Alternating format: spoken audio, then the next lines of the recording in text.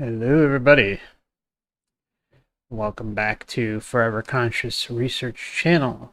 Hope you're doing well today, this weekend.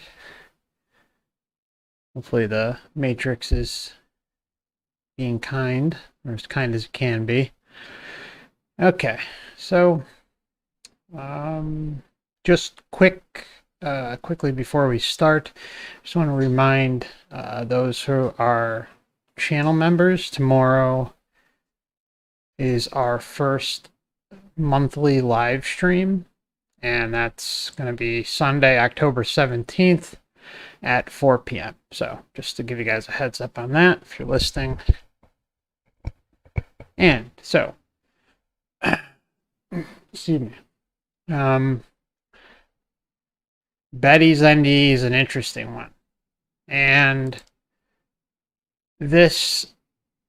I'm doing a series that is linking into, it's going to be breaking down multiple topics, and it's going to link into the research, how to prove and research the Matrix Reincarnation soul trap for yourself. And as I go through that series that's coming up, I'm going to be referring to certain videos that I've already done, as well as quite a few references and sources that you can use to further your knowledge in this topic. Just one moment.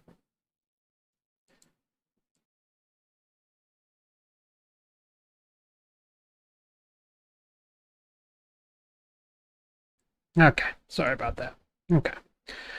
So yeah, Betty's NDEs just runs the gamut. And when you hear it, and you have to realize this is a New York Times best-selling book, okay? Something I've noticed, and I would, if I had the resources, there are so many different things that I would do to just do statistics on certain things, like how successful are authors who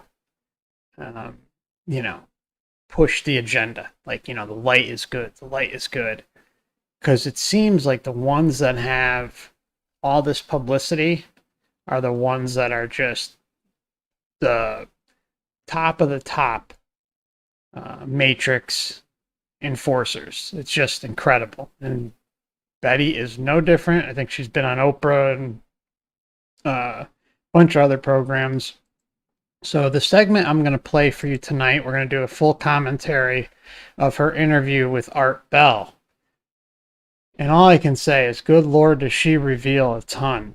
And it's just, it has to be played and broken down, and you'll see what I'm talking about. So we're just going to jump right into it. Sorry for the long, drawn-out intro here, but I think it's important to give it some context.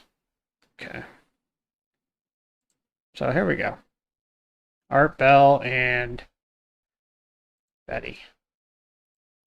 All right, here comes Betty Eadie. She's written a new book called The Ripple Effect, and we're going to talk all about it. Betty Eadie's phenomenal New York Times #1 bestseller, of over 10 million copies, that's a lot of books, folks, 10 million, Embraced by the Light and the Awakening Heart, touched millions of lives who seek release from their fear of death. At 31 years of age, Betty Eadie died in a hospital after surgery, experienced the most profound near-death experience ever. She reveals in her experiences in heaven, including meeting Jesus, the presence of angels, being reunited with departed loved ones, the power of prayer, and more. Embraced by the Light, her first book, is actually one of the all-time bestsellers in the history of books. In the history of books, which when I heard that, How's that? I was like, huh?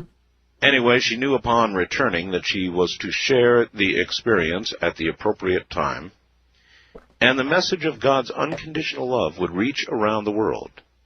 That message went out in 1992 with the publication of Embraced by the Light, and was increased and amplified by the Awakening Heart.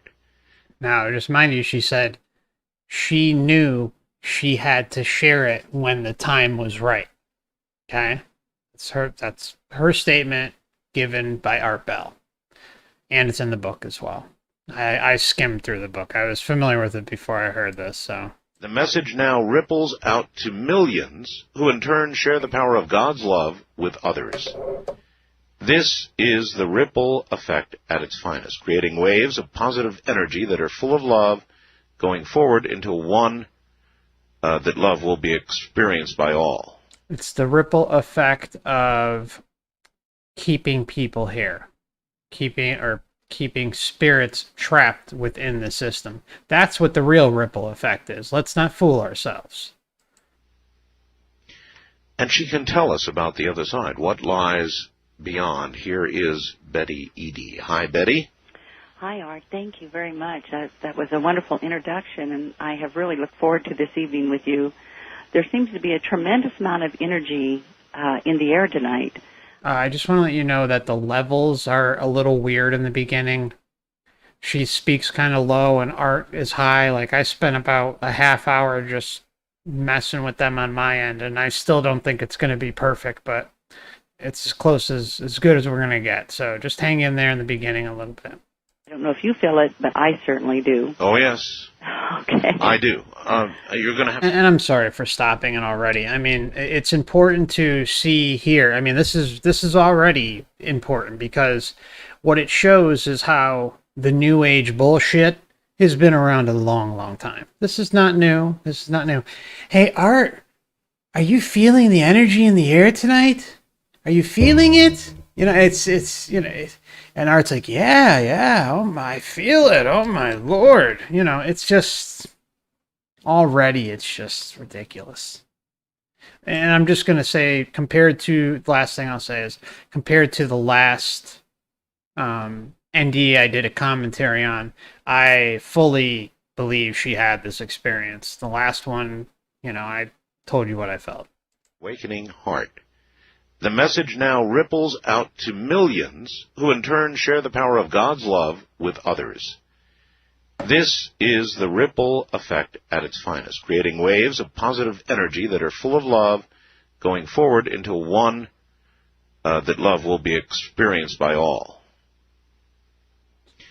And she can tell us about the other side, what lies beyond. Here is Betty Eadie. Hi, Betty. Hi, Art. Thank you very much. That was a wonderful introduction, and I have really looked forward to this evening with you. There seems to be a tremendous amount of energy in the air tonight. I don't know if you feel it, but I certainly do. Oh, yes. Oh, yes. Okay. I do. You're going to have to yell at us a little, Betty. Okay, I will. Oh, that's good. Is that better? Yep, Okay. that's much better. All right. Yeah, there's a lot of energy building on this planet, period, right now. We're in a very strange time, and, people will say, millennium madness, whatever it is, I don't know, but it is strange. I mean, there's absolutely no question about it, or we're just all being psyched somehow, by the millennium. I can't figure it out, but I mean, you're right. Yes, these are different times, and there is this wonderful power that is coming. It's a change, a metamorphosis, is about to take place, and the earth is preparing for the cleansing that everyone is talking about. And I suppose that does produce not only feelings of just mere excitement as I feel tonight, which is a powerful energy, a good energy, a positive one, but there's a downside to that, and that is a tremendous amount of fear that all of this is creating as well. So I suppose people are greatly interested in what God might have in store for us, or what is just if they don't believe in God. Well, the greatest fear that man has is of death. Right. I don't think anybody would argue about that. It's great. Okay, nobody in the West would probably, well, I would argue with it. I'm sure many of you here would argue with that, but in the East, it's not as big a deal. It's not. I mean, it's this Western fear of death is just ridiculous, and it's a disservice to us too. Let's not forget that. It's unknown, the greatest fear, and we all want to know or imagine, Betty, that it isn't just lights out, velvet black and all over. We want to know, somehow we want to know that, and I guess you can tell us, can't you? Well, I experienced that, and I had a tremendous amount of fear about dying before I had the experience. Why did you? What happened to you that brought you to surgery? I actually went in with it was a minor surgery, really. I mean, it was a common one. It's a partial hysterectomy. Okay. And so there was no fear. I was 31 years old, very healthy, strong. And so I went in, had the surgery. The surgery went fine. I hemorrhaged during the surgery. They repaired that. But it was later that evening, after 9:30, that I hemorrhaged again, and this time I died. Were you in the hospital? In other words, you were an inpatient? Yes, I was.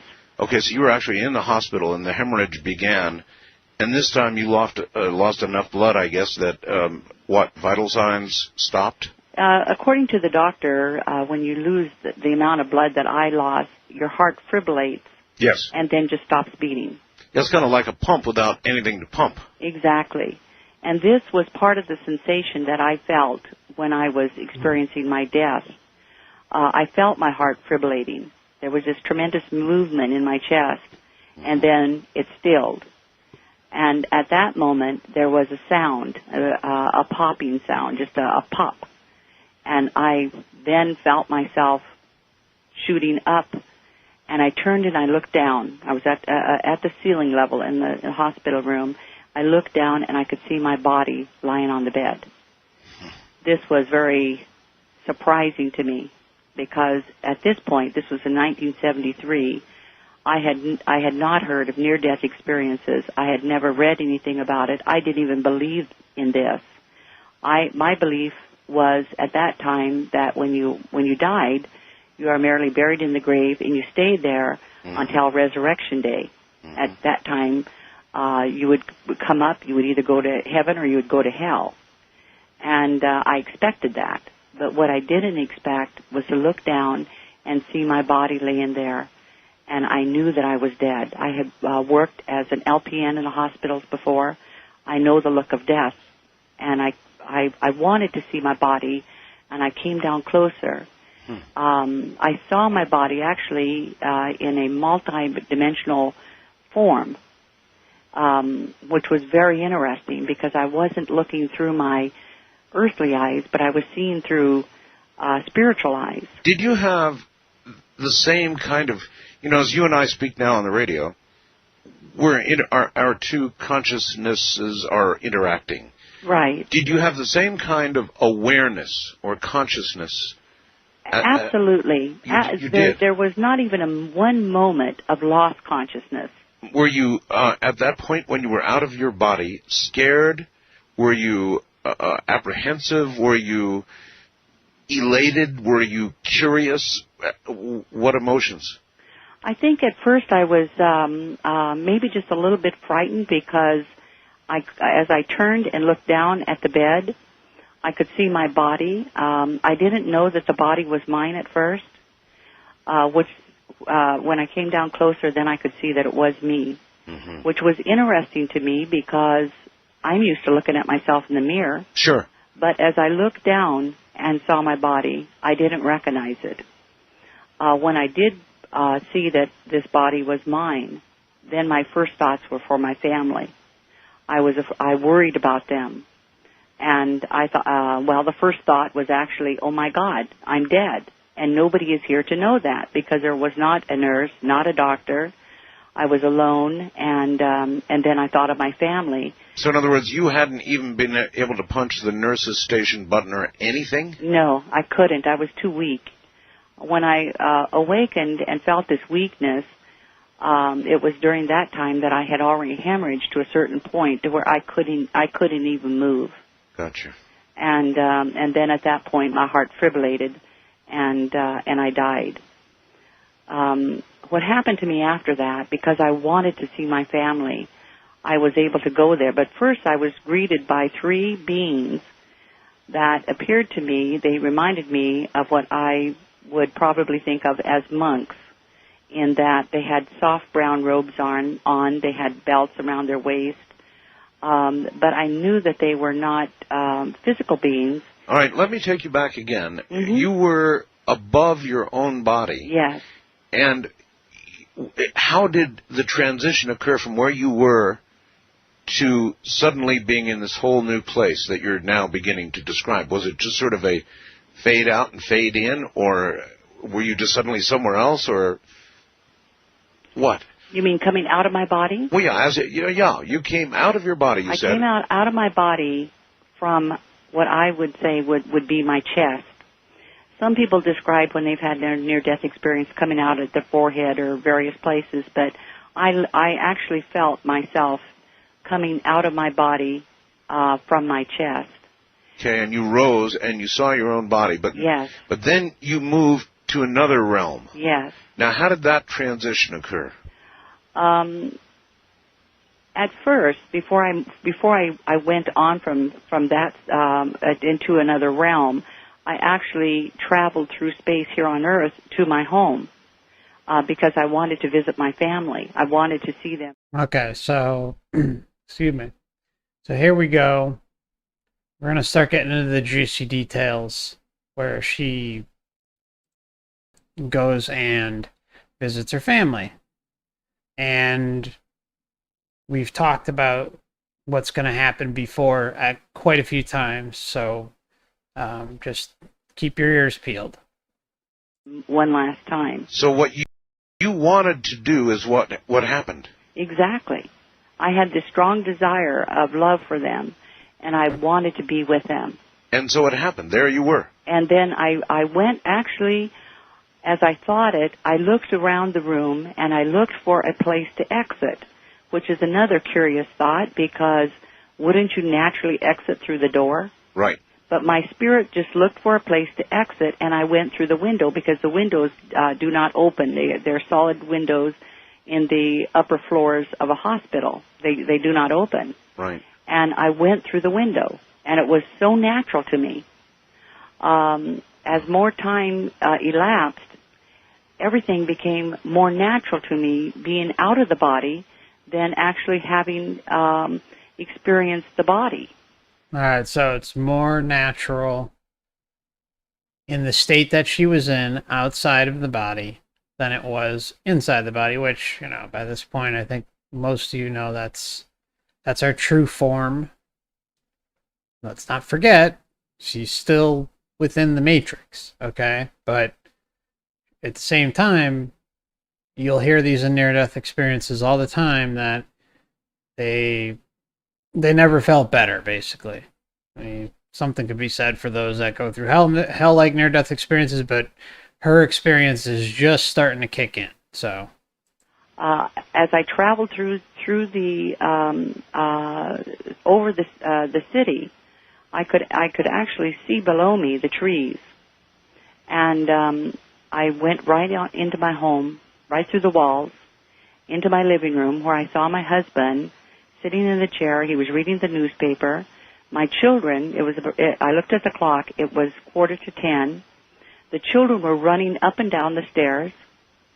I remember thinking that my husband had promised to put the children to bed at 8:30. And here it was, 9:45, and he wasn't paying any attention to them, and they were just having a good time on the stairs, throwing pillows at each other. And I was annoyed. I was annoyed at him. So even as I think back on it now, even as a spiritual being, I had feelings, I had emotions, I had thoughts of the things here on the earth. But as I looked at my husband, as much as I love him, as much as I love my children, I didn't want contact with them. I didn't feel that I needed it. And then I didn't want contact with them. I didn't feel that I needed it. Now, something I've noticed with NDEs, you have to understand that she has come back. Okay, she's back. She's here to tell her story. Now, in a lot of NDEs, you'll hear something where they're a mother or anyone who has a family, someone close to them, and goes and visits them early on in the NDE or in the thick of things during the experience, and they will just say, "Oh, they'll be okay. They'll be all right." So you noticed how earlier, maybe a few minutes ago, she's talking about how she still had emotions, she still had this, she still had that. And she also said, I still cared for my family and blah, blah, blah. But then she goes and fast forwards through the experience and says, everything's okay. It's okay. So what I'm trying to say here is you have to take in the human element of coming back and not wanting to make your family feel bad. I think especially if you're selling 10 million books and you're known worldwide, well, it doesn't matter what it is. It doesn't matter if you're an author or not. The point is if you're going out and sharing your story publicly and explaining to people that, you thought they were okay, this and that, it's not gonna, your family's not gonna feel special. Okay, is that good enough? What was the other thing I was gonna say here? The other thing is she could already be under the grips of everything. Okay, she's still within the matrix system. Okay, so that's really important too. But I think those two distinctions need to be put out there for those that come and say, "Oh, well, see, she had emotions, she had this, but then she immediately, a few minutes later, defaults to, yeah, everything's fine, So just putting that out there, something you got to think about. Even as a spiritual being, I had feelings, I had emotions, I had thoughts of the things here on the earth. But as I looked at my husband, as much as I love him, as much as I love my children, I didn't want contact with them. I didn't feel that I needed it. And then as I stood there watching them, I began to know, and I'm put the know in quotes because it's more of something deep within the spirit, the soul, that I had existed on earth at a time for them that was needed, and now they no longer needed me, and it was okay for me to go on. This was something you just understood. I understood. And so I... A transmission of some sort. Okay, granted, remember, she came back. Okay? The whole thing is odd. I'm not discounting her NDE at all. I'm not, it's not like the last one where, there's suspicions. One more question on behalf of everybody who wants to know these things. Mm-hmm. As a spirit, Betty, when did you had sight? You said you could see your husband, you could see your children. Mm-hmm. And what of yourself? I mean, what of yourself? At that time, I knew that I was whole, but I wasn't interested in myself. I felt that I had all of my body parts. I didn't look at myself until much later. When I went back to the hospital, and then I was drawn into this by this energy, into what then appeared to be like a tunnel. And I was drawn into this dark space. It was totally black. Now, before I had my experience, I was claustrophobic and very frightened of darkness. I was raised in a boarding schools, Indian boarding schools, and that had taught me a lot of fear. Mm-hmm. So she's got a fear of darkness. And what's happening? Normal conditions, if I were in something dark, I would have absolutely panicked. But in this place, it was so filled with love, so nurturing and so beautiful, that I actually felt that I would prefer this place to any other place that I had ever experienced. I would prefer this place than to any other place I've ever experienced. Now, mind you, with the void, some people have horrendous experiences in it, and then others have an experience like hers. So I think it's really about the psychological makeup and the, maybe something to do with past lives, but it's definitely, it's up in the air. It can go either way, where someone has a horrid experience or a great experience. And then I saw a pinpoint of light that pierced this blackness.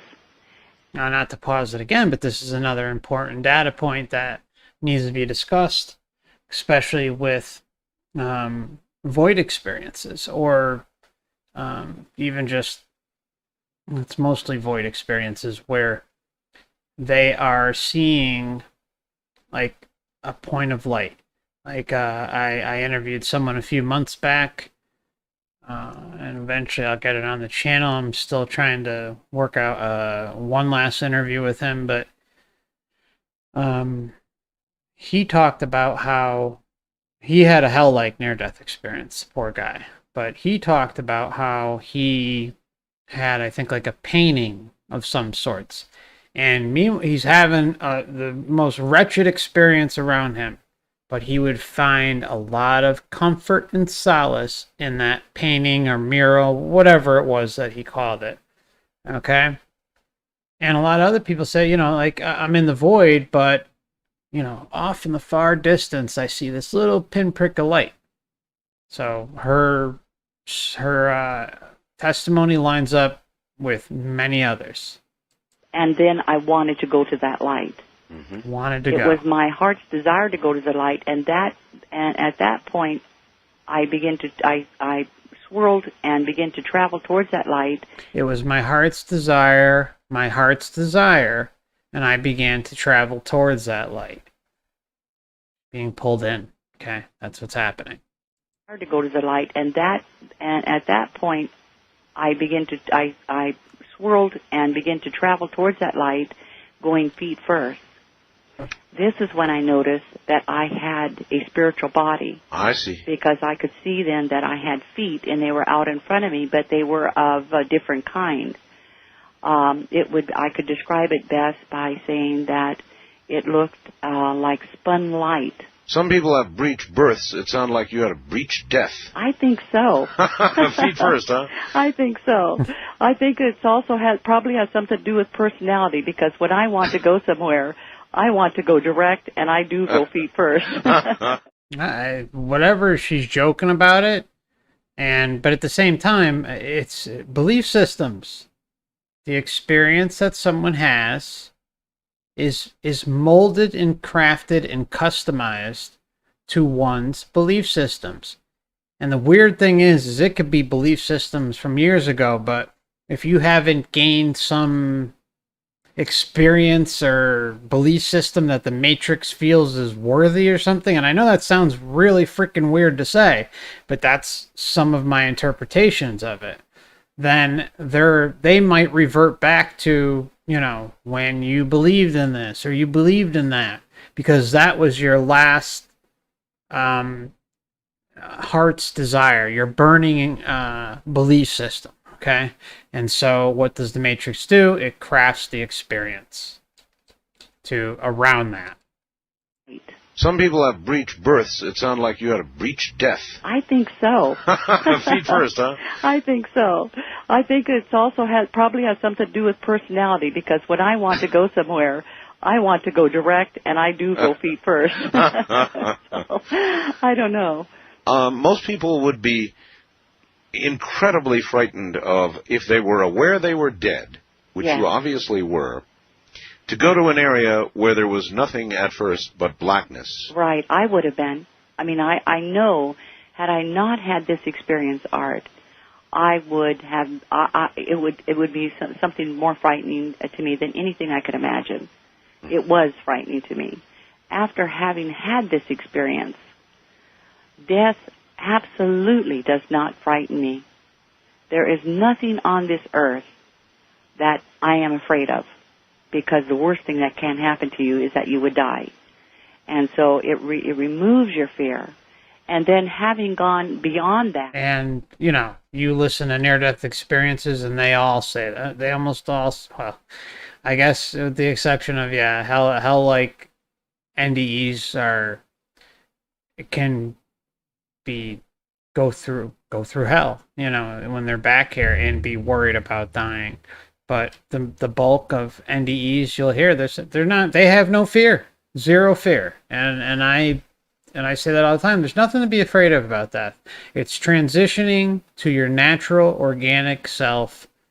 But don't fall for the bullshit, and we'll get into more of that in a little while. Would die. And so it removes your fear. And then having gone beyond that, even beyond the death, beyond the darkness, beyond the this place where spirits seem to be in this black space, and I knew that every one of these spirits were being nurtured and being loved by God. So you could feel others about you but not see them as such? Exactly. Now, normally, that would have really panicked me. You bet. Yes. But not, I guess, if you were sort of... Okay, now, listen. I know I'm pausing a lot, but this is an important turning point, or leading into a turning point. She's talking about how, you know, God is basically in this massaging phase. Remember, she's still on her way. She's still working this thing, all right? But she feels a presence of others. She feels a presence of others, and that God is in charge and taking care of things. You but not see them as such? Exactly. It's where spirits seem to be in this black space, and I knew that every one of these spirits were being nurtured and being loved by God. See? So you could feel others about you but not see them as such? Exactly. It's an energy transfer. Now, normally, that would have really panicked me. You Part of the bet. bullshit. Yes. But not, I guess, if you were sort of given a feeling of complete love, why you'd be comforted by that, I suppose. Yes, it was the love that held me there, and it was the love that comforted me, and it was the most beautiful place that I had ever been.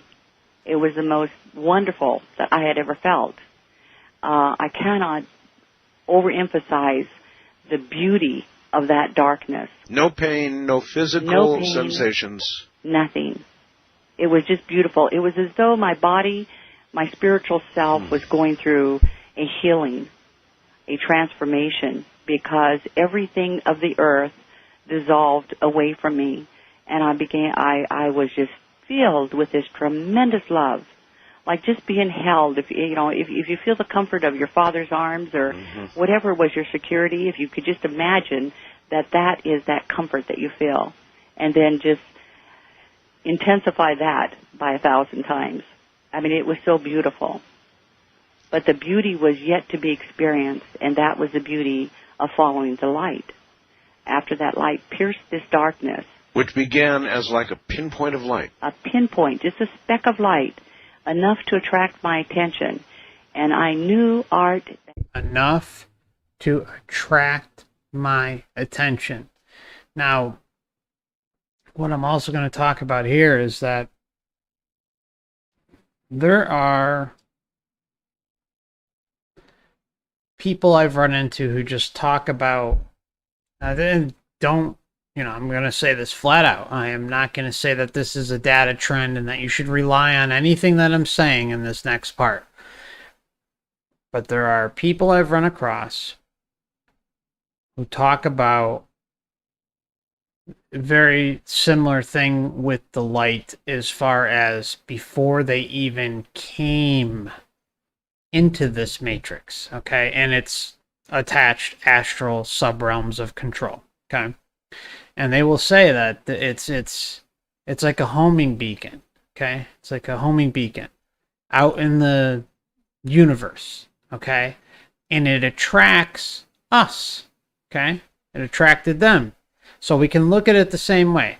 We're here, right? I mean, let's just call it what it is. We're all here. We all fell for the bullshit at some point, okay?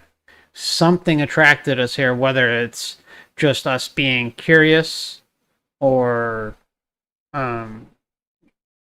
just want to explore, explorers, whatever the case may be.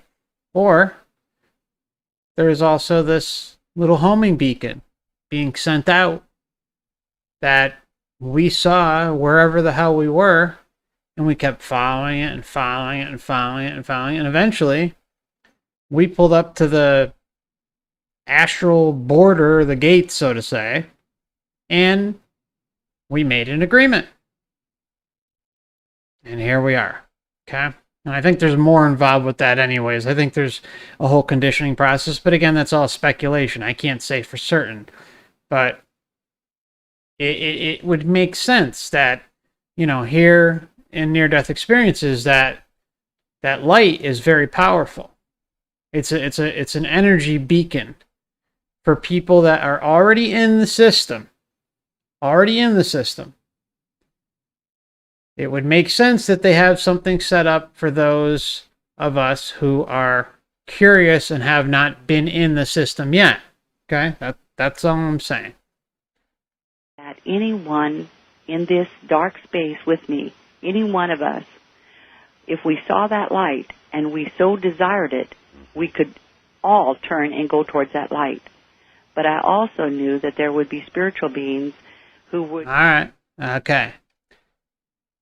If desired. I'm going to rewind this 2 times because this is where consent is. She's slipping consent. It's a very quick one, but it's there. If we saw that light and we so desired it... If we saw that light and we so desired it. That anyone in this dark space with me, any one of us, if we saw that light and we so desired it, we could all turn and go towards that light. We could all turn and go towards that light. Also knew that there would be spiritual beings the bug zapper. Would not be prepared to go there. They would not release what they had here in this comfort and in this beauty, that they would not follow that light. But I wanted to. They would not follow or trust. Would not be prepared to go there and go towards that light. If we saw that light and we so desired it, we could all turn and go towards that light. But I also knew that there would be spiritual beings who would not be prepared to go there. They would not release what they had here in this comfort and in this beauty. They weren't prepared. They weren't ready to release. They weren't ready to release. Okay? That means they weren't ready to give away the rest of their sovereignty and cross over that border. Okay? And I'm going to float another theory out there on this one, that perhaps, and again, this is heavily dependent on whether you are where you stand in your belief system, how indoctrinated is somebody, how susceptible to just handing over consent are you, or whoever, or anybody. Okay? And that is going to dictate how prone you are to moving forward and going through the process of going to the light, which is absolutely the it's where everything goes downhill completely. It's that's where you end up being recycled back into here, or spit back out and back down to Earth. Either one of the two. It's a system mechanism. There's no doubt about that. They would not follow that light, but they would I not wanted follow to. that light. Do you think, Betty, this is an interesting question, that some who had been mortal and were there in your condition, sort of in the black waiting room, if you want to think of it that way, do you think some of them did not go to the light, Betty? I think that some of them did not go to the light because they did not trust or believe in it. Because they didn't go to the light because they did not trust or believe in it. That's the first thing I put on this image on the screen here. Remember, she's saying this, whether she was able to, if this is like a subconscious thing, because look, there are memory wipes and near-death experiences at 100%. They exist. So it's a very, very subtle thing, she says. And we can only be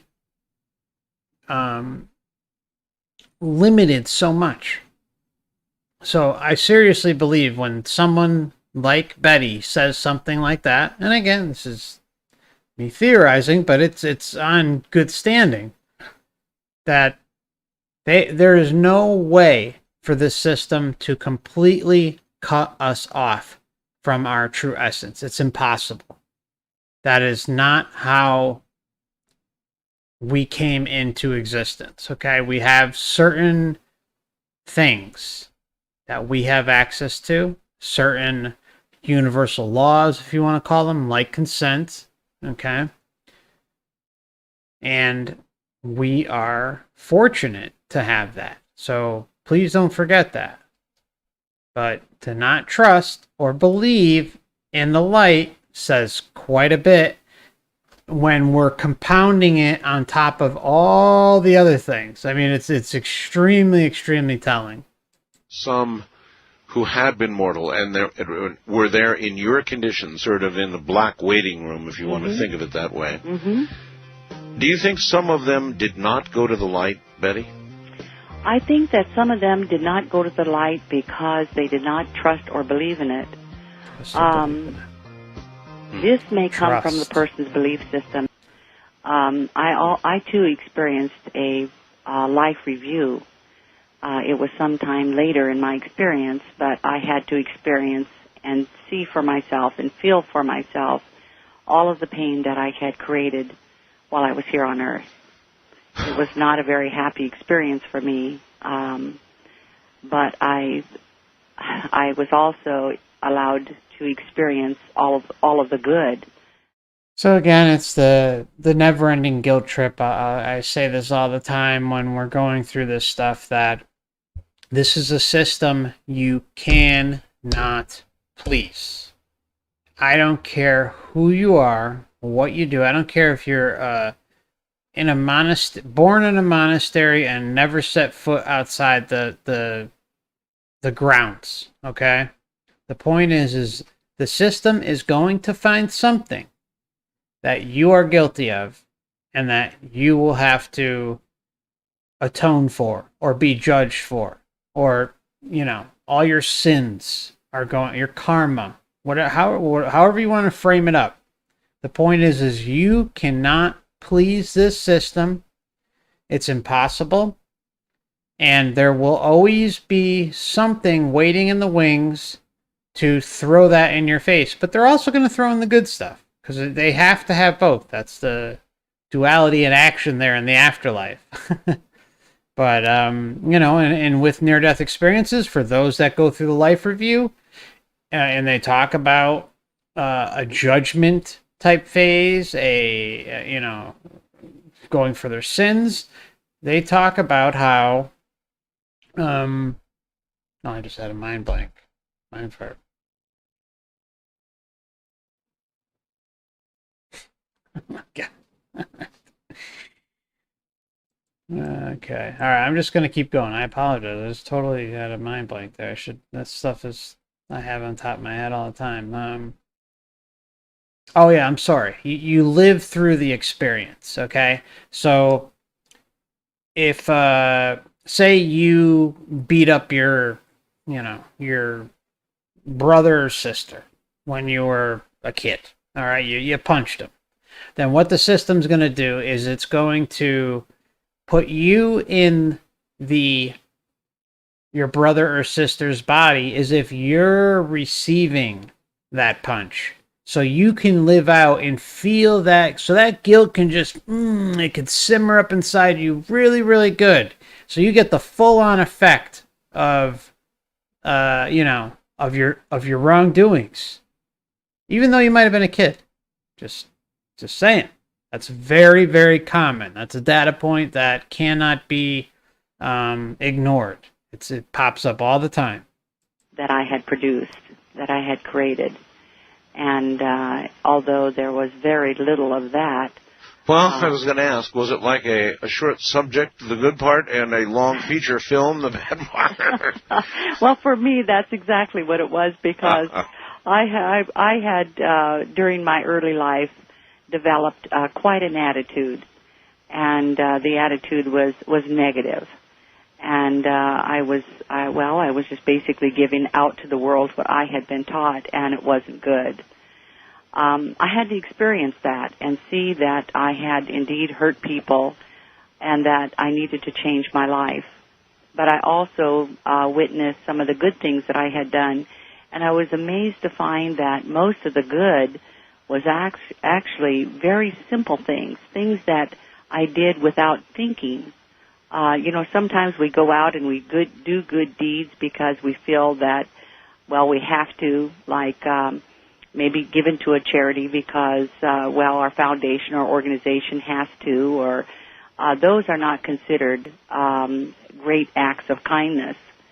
What was considered great acts of kindness on my part was actually just very simple little smiles, pleasant thoughts that I had about other people, things that I would never have considered. Okay, this is another big data point.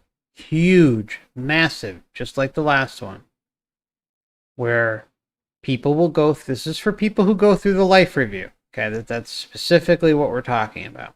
You go through the life review, and God, another brain fart. What the hell? Hold on. This, on my part, was actually just very simple little smiles, pleasant thoughts that I had about other people, things that I would never have considered. Oh, yeah, the things you'd never consider. Jeez, I don't know what the hell's going on. I apologize. Things you'd never consider. So so the good things that you've done, the big data point, where you may, pick up a cup off the ground in a park, and the Matrix is like, oh my God, do you remember that moment? Do you remember that moment? It was incredible. You just did a selfless deed. It was incredible. It's always some weird thing, like, and it's usually a very nice thing. It's not like it's horrible. It's a nice thing, but it's just these people will constantly say that they would have never expected it to be something like that that the Matrix presents it. So just something that if you're going through near-death experiences, you'll see that a lot. As a great deed here on Earth, but just simply something that I felt for someone else, a love. And when I experienced that, then I knew that it wasn't in me to be the loving person that I could have been. I also noticed when we were talking earlier about my spiritual body, and I noticed how dim my body was, the light from my body, that just the simple glow from that. Often when I'm out on speaking engagements, I tell people trying to describe this that it would be compared to the greater light, it was like 7 watts of light, compared to thousands and thousands of watts, if you can imagine it. I can. Yeah, and the light is the love. And this is what distinguishes. The light is the love. The light is the love. That's the mechanism. That's the energy wave that's hitting as people are drawn to it. The great ones on the other side. The great one. In heaven. I'm calling it heaven not because that name was given me, but because we think of heaven as being a beautiful place, and so most people can connect with that thought. So in heaven, these glorious beings of tremendous light are that way because of the love that is within them. Oh. And this is what God is. So it's because of the light that the love is so powerful. Interesting. Yes, God is love, and so that love. God is not love. Let's just get that straight. Okay, that's just not at least what we're talking about here. And I will go as far to say that love is something contained within this realm in the astral subrealms of control. I would love to think that it goes outside of here and that it does exist, but I'm not going to say that because I think it's something unknowable. And if we are basing our information off of near-death experiences and considering all the manipulation that we're involved with in these things, you cannot think that it's a slam dunk that love is involved. And I've seen enough examples to point towards love being almost like an energy, like kind of like the light is, okay? Because I show you the example of Tony, who had the near-death experience after getting hit by lightning, and he had no emotion for a period of time, and then as he started going up a staircase, this blue light came, and all of a sudden it was just, a love fest. And everything unfolded from there. So he went from being just his organic state, his organic self, and transferred into, Love Bomb City. Flowed from them. It is who they are. And my little 7 watts of light was so humiliating. And see, she's demeaning herself. She's making herself already seem lower. She's lower, like, oh, my 7 watts is, nothing compared to, this greater power that I'm going to just bow down to and, listen to. Come on. I was very embarrassed. I was a very judgmental person. And I was shown that life here on Earth, this Earth, is not as we think it to be. That, in fact, the heavens scrolled back is the best way I can describe it. And they said, Betty, look down. We want to show you something. And they showed me a man, a drunken bum, I call him, that was laying on the street. And they said, what do you see? And I said, in that judgmental attitude or tone, why, just a drunken old bum. Uh-huh. And they said, we want to show you what this man looks like in spirit. I find it kind of weird that, sorry, I'm going to rewind just 10 seconds, but I find it weird that she is in, it's all this love, she's experiencing it. Now, you remember, it runs, most of these people say, it runs through them, it's just, everything is love, it was the best love they ever felt, and in turn, it reproduces itself inside the person having the experience. And then, this thing pops up and says, hey, what do you think about this bum? Hey, he's just a bum. He's just a loser. That's kind of weird. There's it seems like there's some energy manipulation there. Just throwing that out there. And so they took this man's spirit and they stood it before me. And I was so embarrassed. I will never forget that humiliation. Humiliation. And they said, this man, because he glowed with this tremendous light, they said he gave his entire life on earth to one other soul. He is going to lay on that street until this man passes him. And when their eyes connect, that spiritual passage, that love is going to be felt. And that love is going to change the entire world of this other man. They told me he was an attorney. And because that man changed... really? Yes. I didn't think that many of them made it. Well, they showed me... I mean, this seems like an absurd amount of deception and manipulation going on here. She has no clue who the hell she's dealing with. This could be a complete, well, it is an illusion, but... as if they're zoning in on this one person down on the street and everything's changing. But it's a good guilt trip mechanism.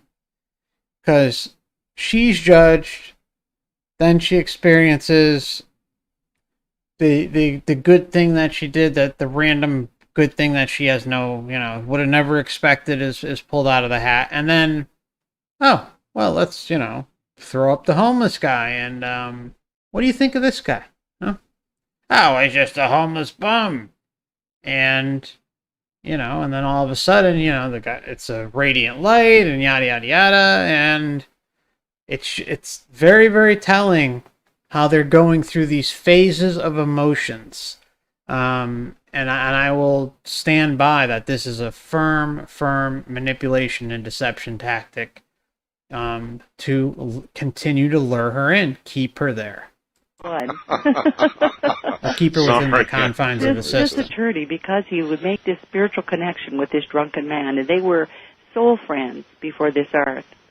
And because of that connection, this attorney was going to do some tremendous work on the earth. And after that exchange was made, then that drunken bum could come home. After this exchange was made, the bum can come home. Oh, wow. Isn't that nice? Oh, boy, I'll tell you. It's a big one. if that is what it's all about. Yes. If it's about love and the amount of love. That's all it is. It's not. Well, there's a lot of people out there in trouble. And, yes. Of course, I guess. Okay, a lot of people are in trouble, but let's talk about the fucking conditions that come with being here. Okay, again, I don't like to bullshit, but when you come here, the conditions aren't exactly, roll out the red carpet, it's a love fest, okay? There's no handbook that you come down to earth with and that you can use and be able to plan things out based on your life script or this or that. No, there's all this parasitic bullshit going on, and you have to dodge landmines left and right just to stay afloat. Somehow. So, I'm sorry. So, with that, you obviously get a little lost. It's going to happen. There's a lot of people out there in trouble. And, yes. Of course, I guess somehow the comforting part might be that we don't all have to be perfect. None of us are in order to make it. But you got to kind of wonder where you are in the scale of things. Well, we are all here. There's a saying that we are all spiritual beings here on earth to have an earthly experience. Right.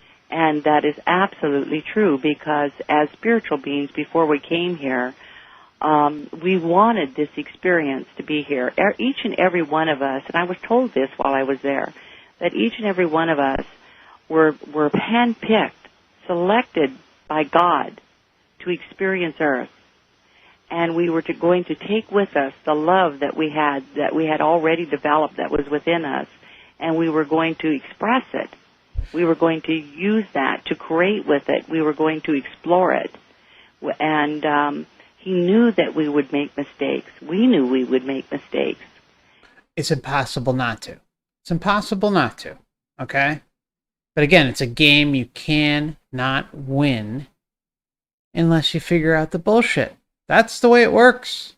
I'm sorry, my friends, but that's how this place works.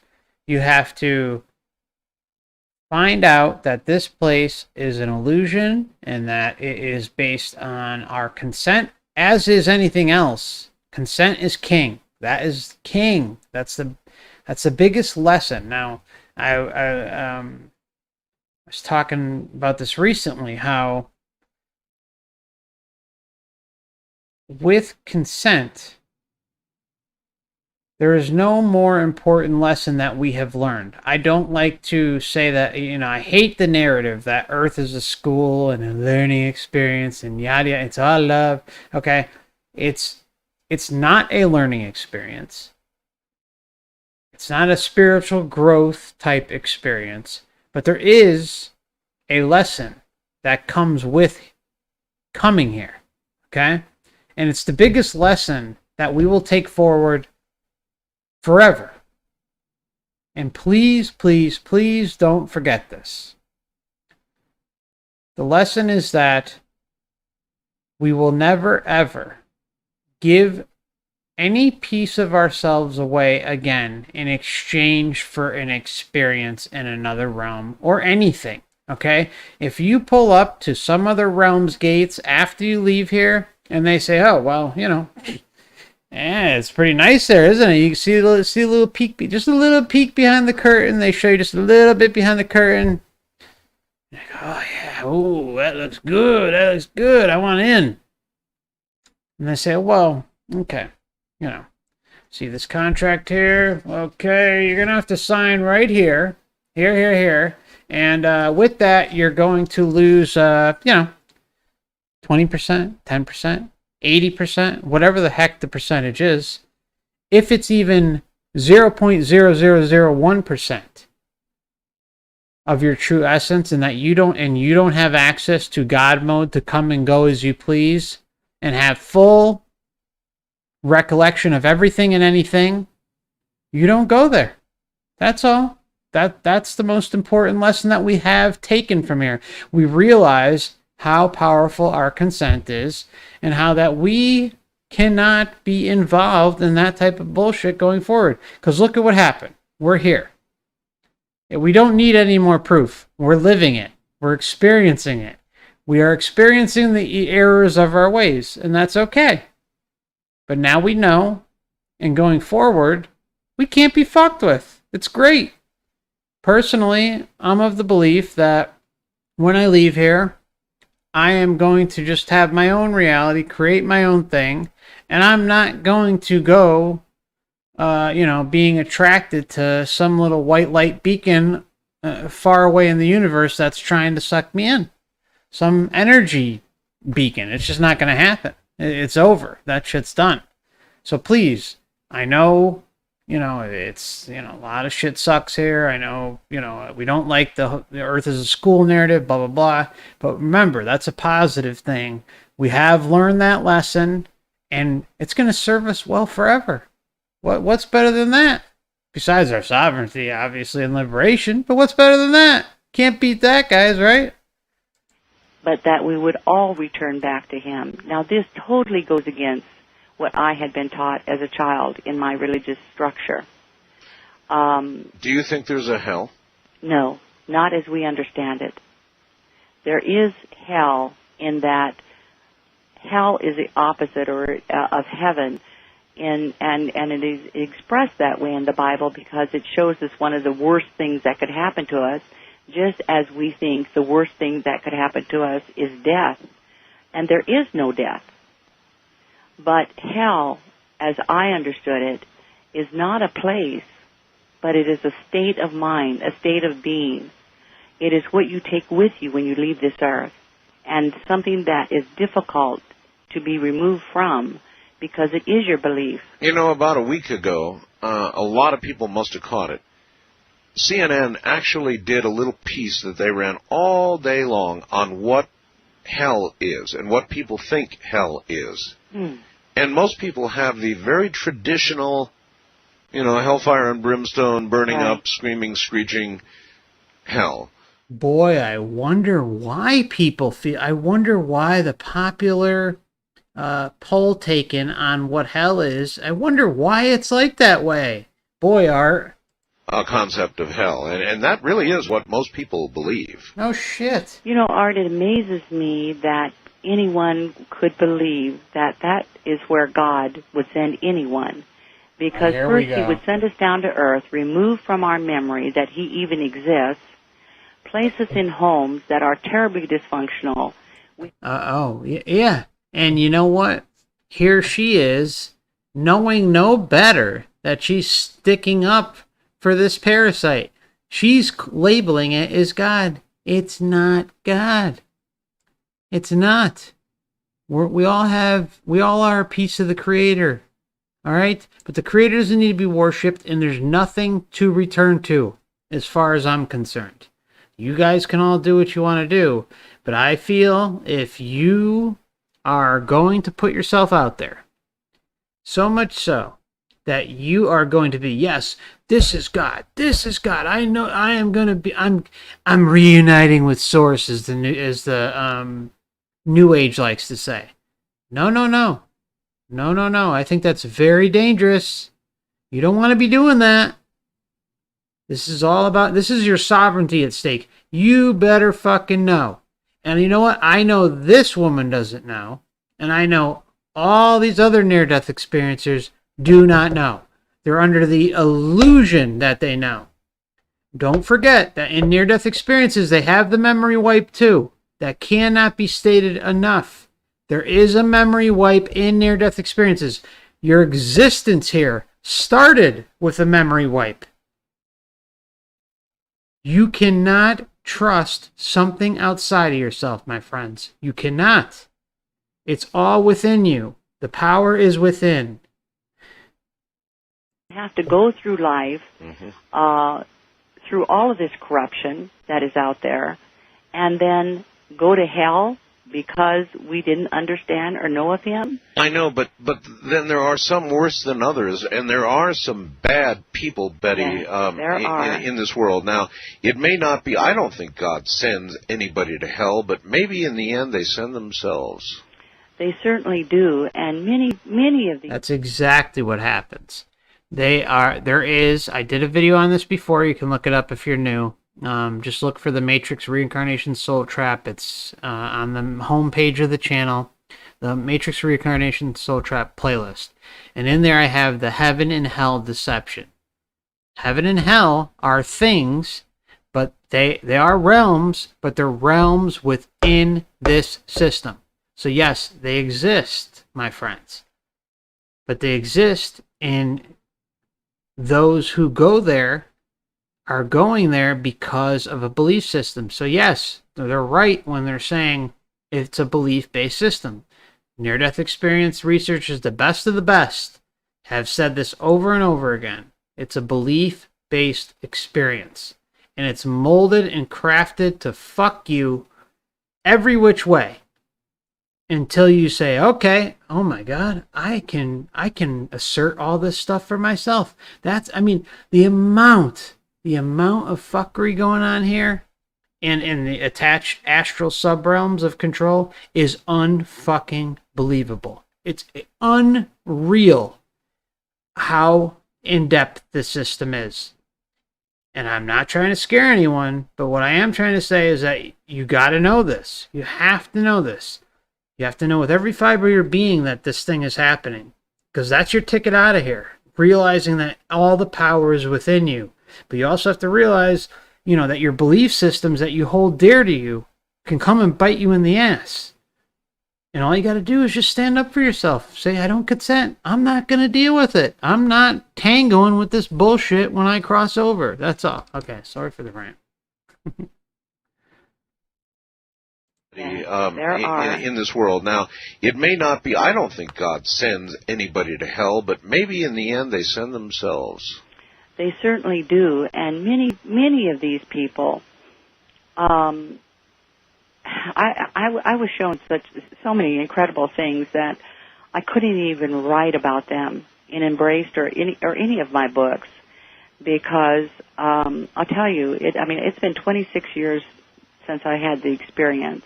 Well, you know, when you fill out a resume to get a job, you can lie a little bit and BS and write down experience you didn't have and that kind of stuff.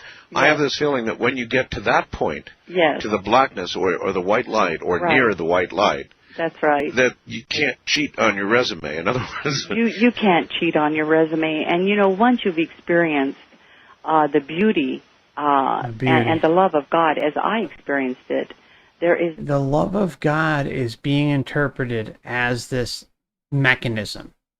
Remember that. It's clear as day that this is the interpretation that people are bringing back.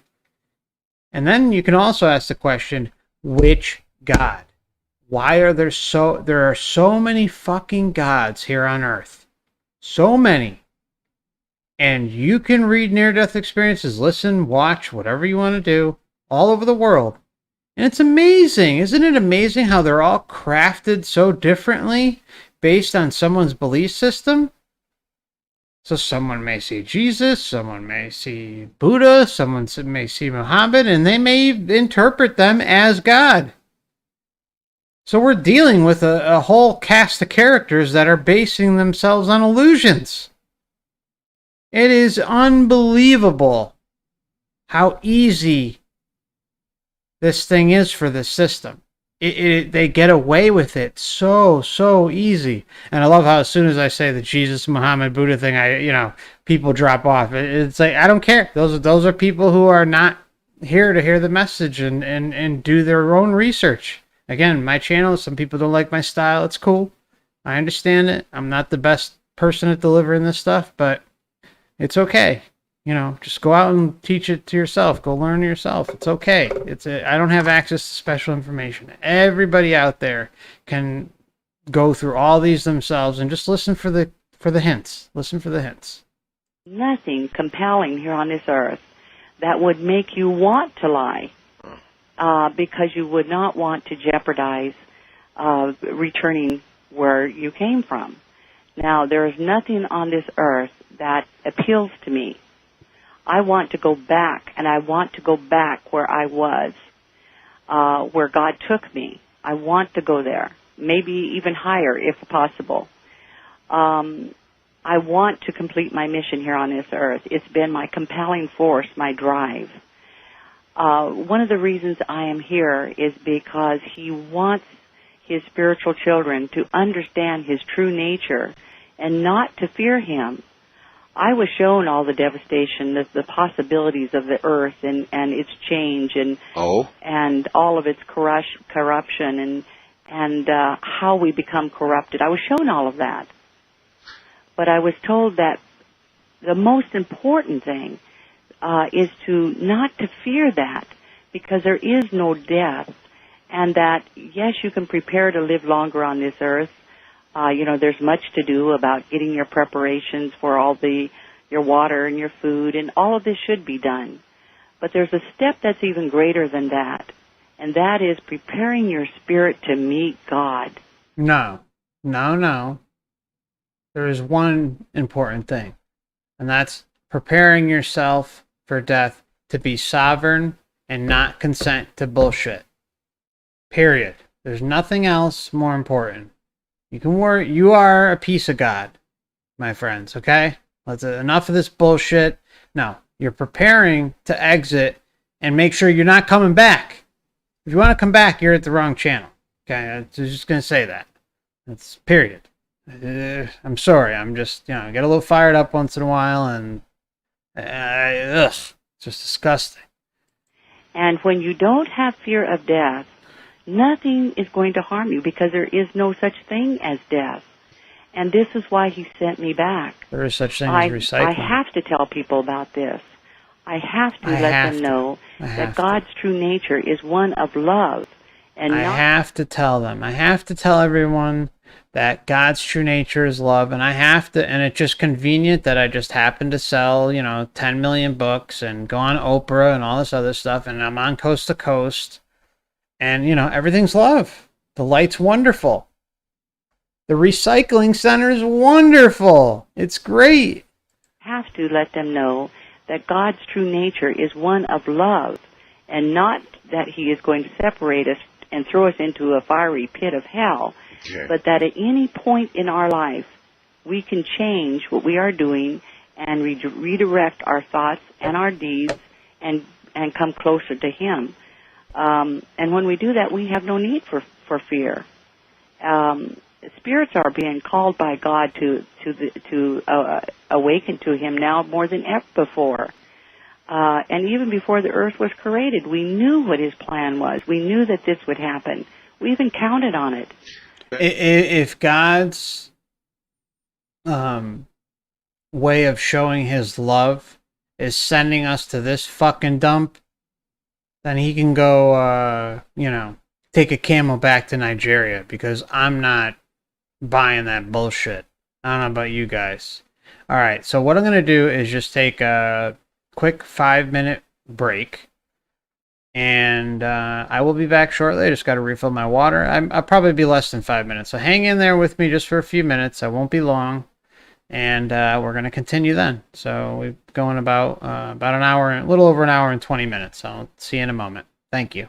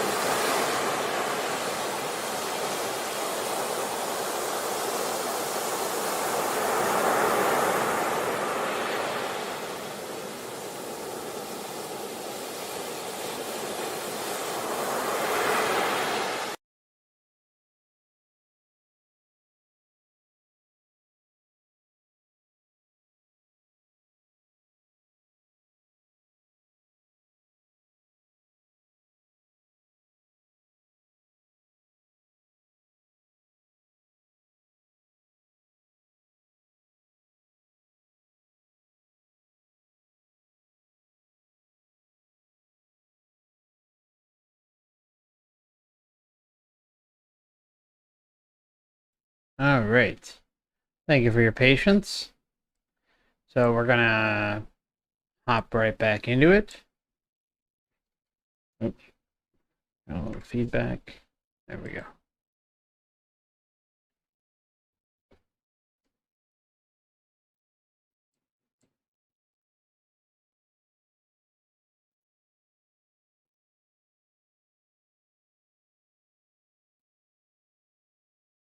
Oh, I didn't have the speakers on. I apologize. You probably weren't hearing it. There we go. We even counted on it. And even before the earth was created, we knew what his plan was. We knew that this would happen. We even counted on it. Betty, I want to know what you say to all of these neurosurgeons and doctors who have commented on the experience you're now talking about, and they say, oh, listen, it's the brain dying from the outside in. It's a natural process. Death is a natural process and a process unto itself, and that your brain begins to die from the outside in, and people do see that center as they approach it, as the brain cells die, and the brain and the body at this point issue some sort of endorphin or some sort of something or another that is intended to ease the process of death.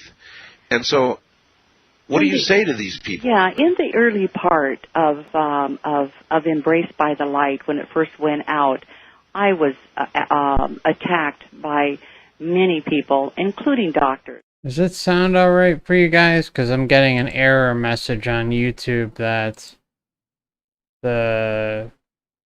it may sound off. I'm going to keep playing, but if it sounds weird, please let me know. Thank you. Who made these comments that you are suggesting here? Yes. But most doctors now, and I have gone out and I've spoken to groups of doctors, 350, 400 and some odd doctors, nurses. Yes. And most doctors who have taken the time to educate themselves on near-death experiences now know that they do happen. It's the doctors that have not furthered their education.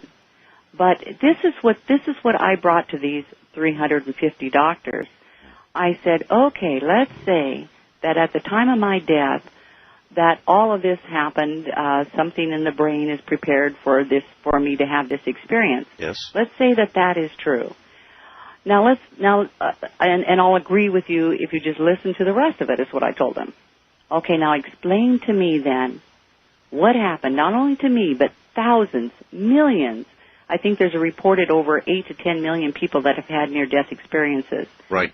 So I said, explain to me then, what happened when my spirit left my body? I could see clearly in the room. I traveled. I could see clearly. I wasn't foggy. I wasn't blinded. I went into my home. I saw my husband. I saw what my children were doing. Later, I told my husband what one might even say maybe my husband would agree to that and maybe we conjured this up together. In the second book I wrote, in The Awakening Heart, there's a beautiful story that a friend of mine who is a physician who had a near-death experience, he actually died and came back to life 4 days after his death. And he chose to come back during his autopsy because he wanted the physicians that were around his body to see that God could bring you back to life or put you back into your body at any state that he chose. And so this man actually came back after the Y had already been cut, after some of his organs had already been moved. And much to the shock of the doctors that were around his body. All of this is documented, as a matter of fact. And so it's not just my experience, but there are millions of experiencers who share similar stories. And, we're beyond it's much like the conversation you were having earlier about UFOs. We are intelligent beings, and I think that we are beyond the point now of denying what we do not understand, and we should be investigating now. Oh, boy, do I agree. Absolutely, because these things do exist. when I was taken into heaven, I was shown that God created many, many worlds, that this earth is not the only place that is inhabited. Many, many worlds that are linked to this bullshit. That's the translation I'm providing you from her. Okay? And as far as aliens go, UFOs go, yeah, there are things like that. There are UFOs that are consciousness driven things in the sky that can resemble something like a space, and I use that term very loose, saying it that, space aliens are different than anomalies in the sky that resemble something like a spacecraft, okay? There's a huge, huge difference, okay? So, and personally, I think that abductions, for the most part, are astral projection experiences. And they can be nasty. Just like you can have a near-death experience that is positive, you can have a near-death experience that is negative. You can have a, quote, alien abduction that is positive. You can have an, quote, alien abduction that is negative.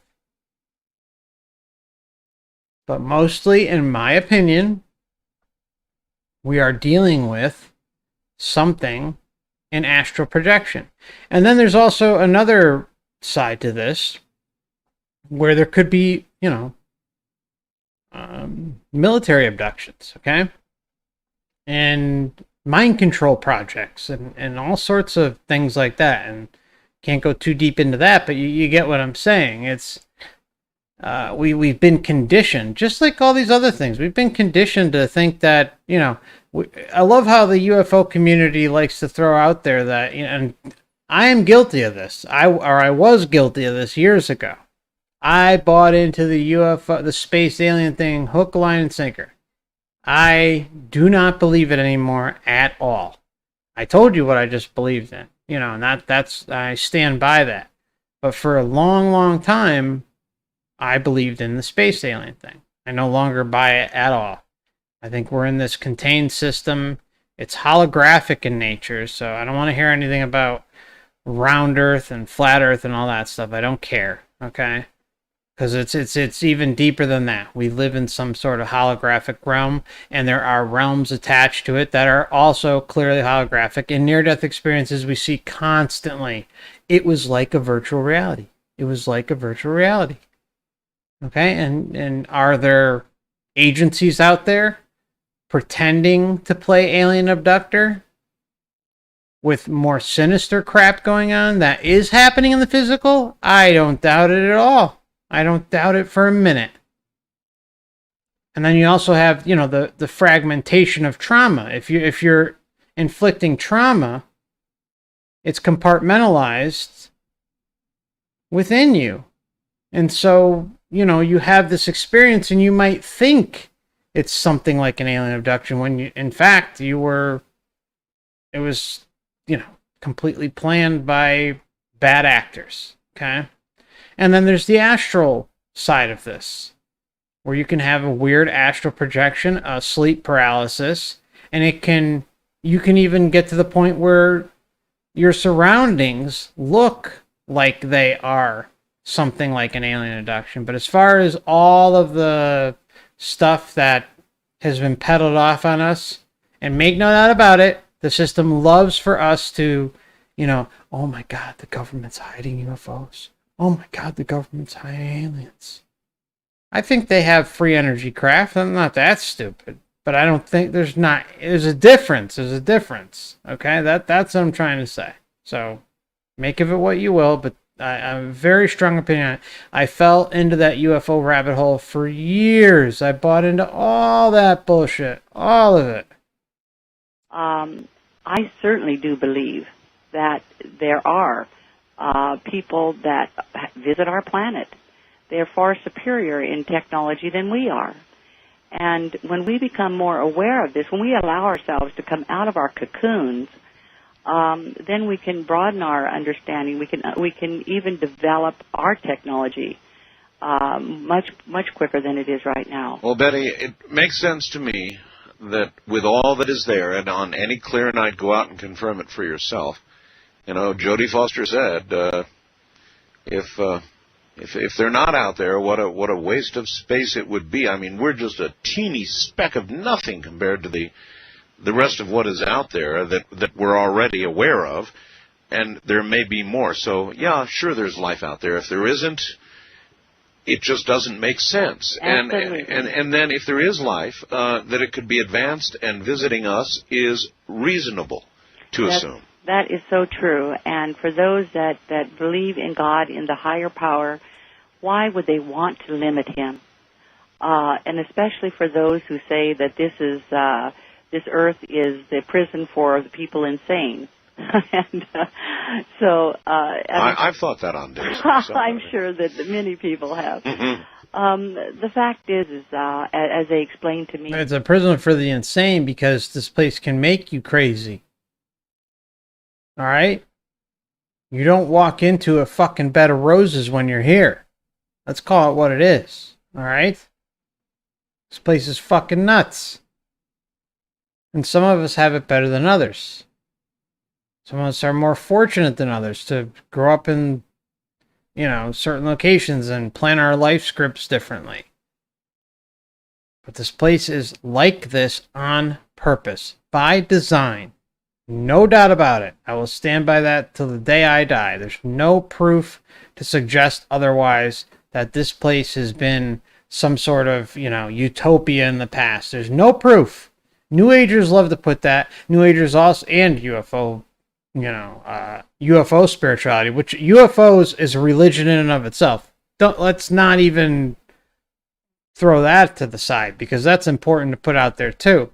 Is that the New Age and the UFO thing has intertwined itself and mixed itself in together to suck people in who, they're spiritual, but they're not buying the bullshit of religion. They're not buying it.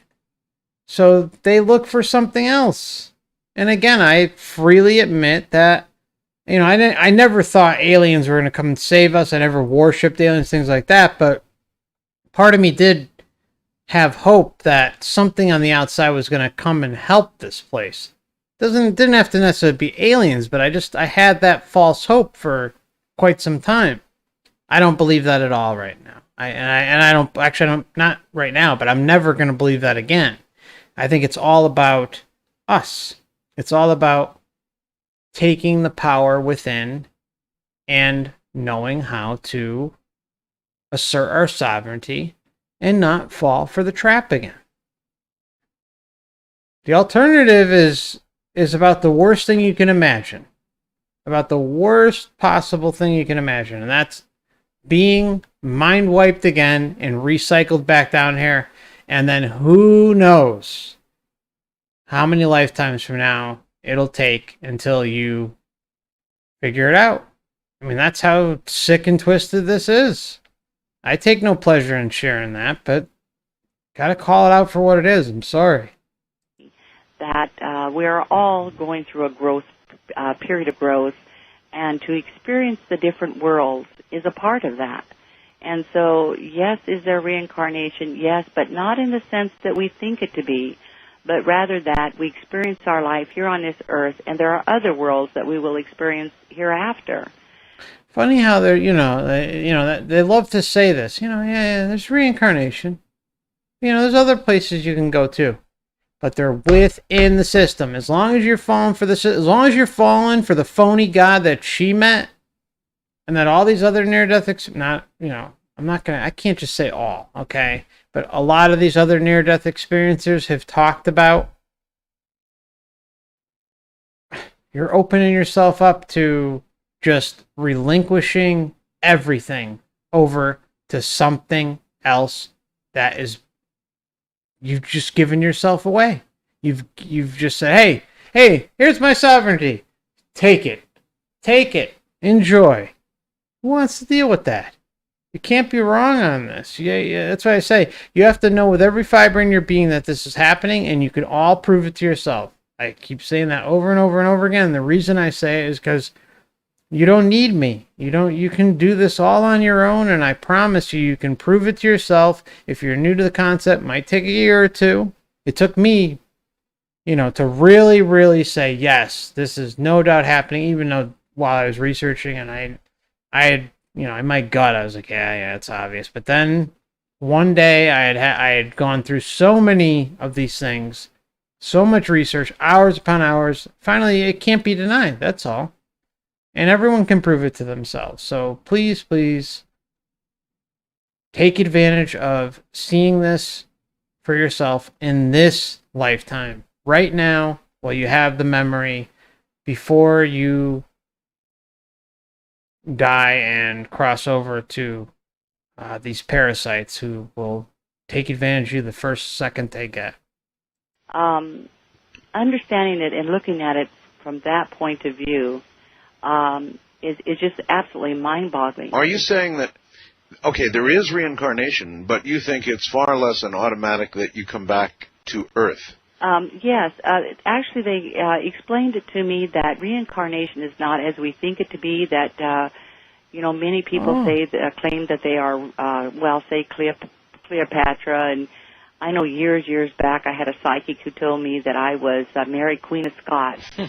I believed that. I believed it with all my heart because I wanted to believe that I had existed before, and not only that, but there was a part of me that actually experienced the smells of being inside of a castle and the loneliness, and I could feel this woman about me.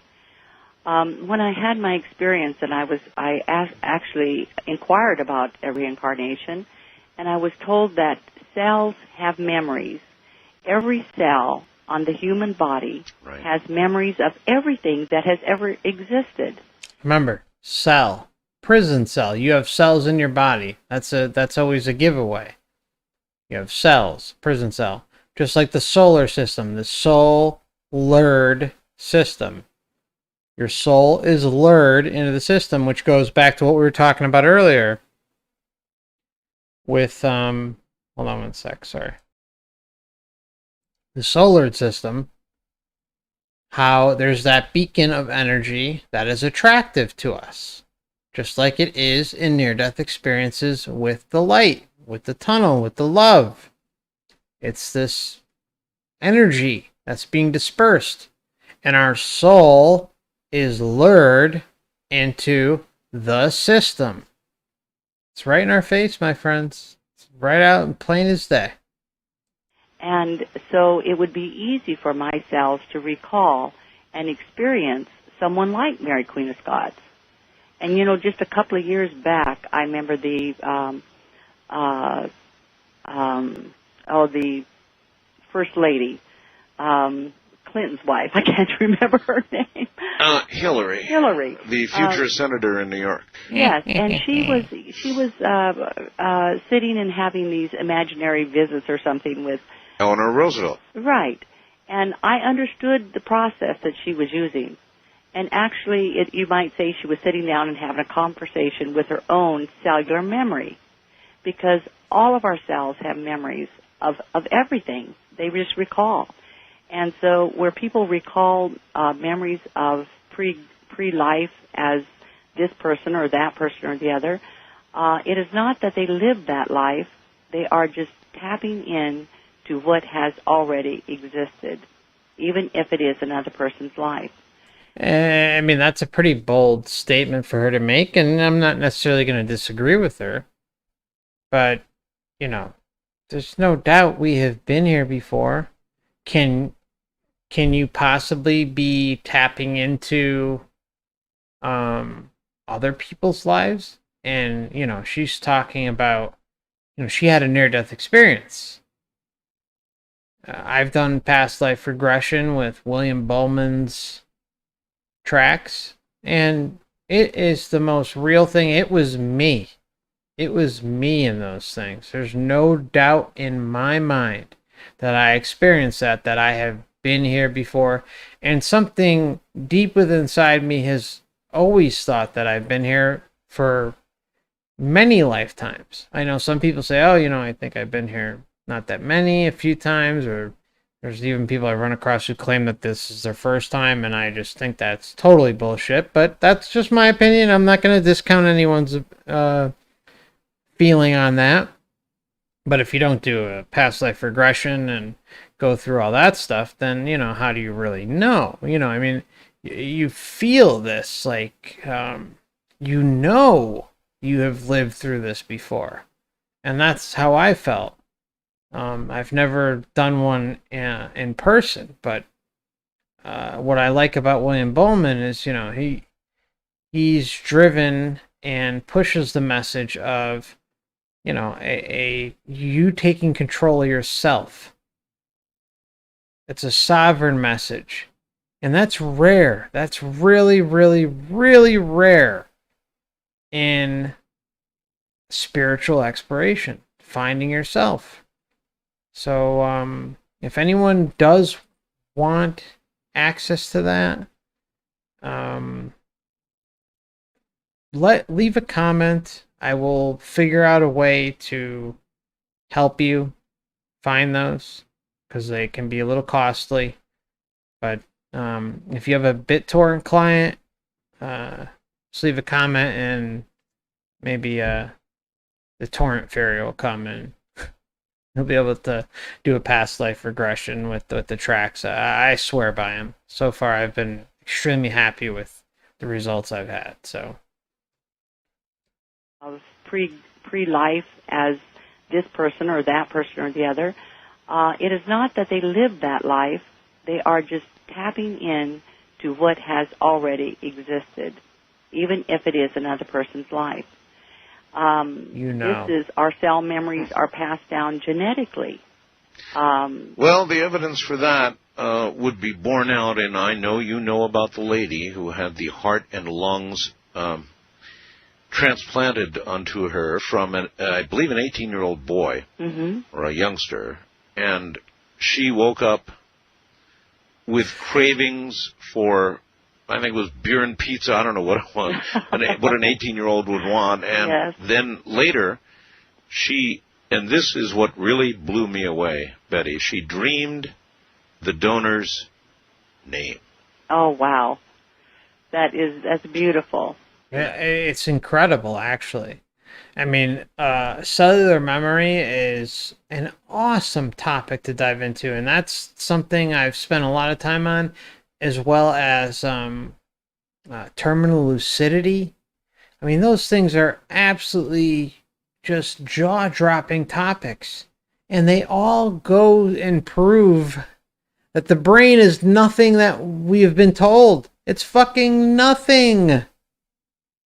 There's this transference of energy. If you get an organ transplant, you are very likely going to pick up, you might like foods that you didn't like before. If you didn't like olives before your transplant, and then all of a sudden you crave and love olives afterwards, that's because there's this transference of energy in your organ transplant.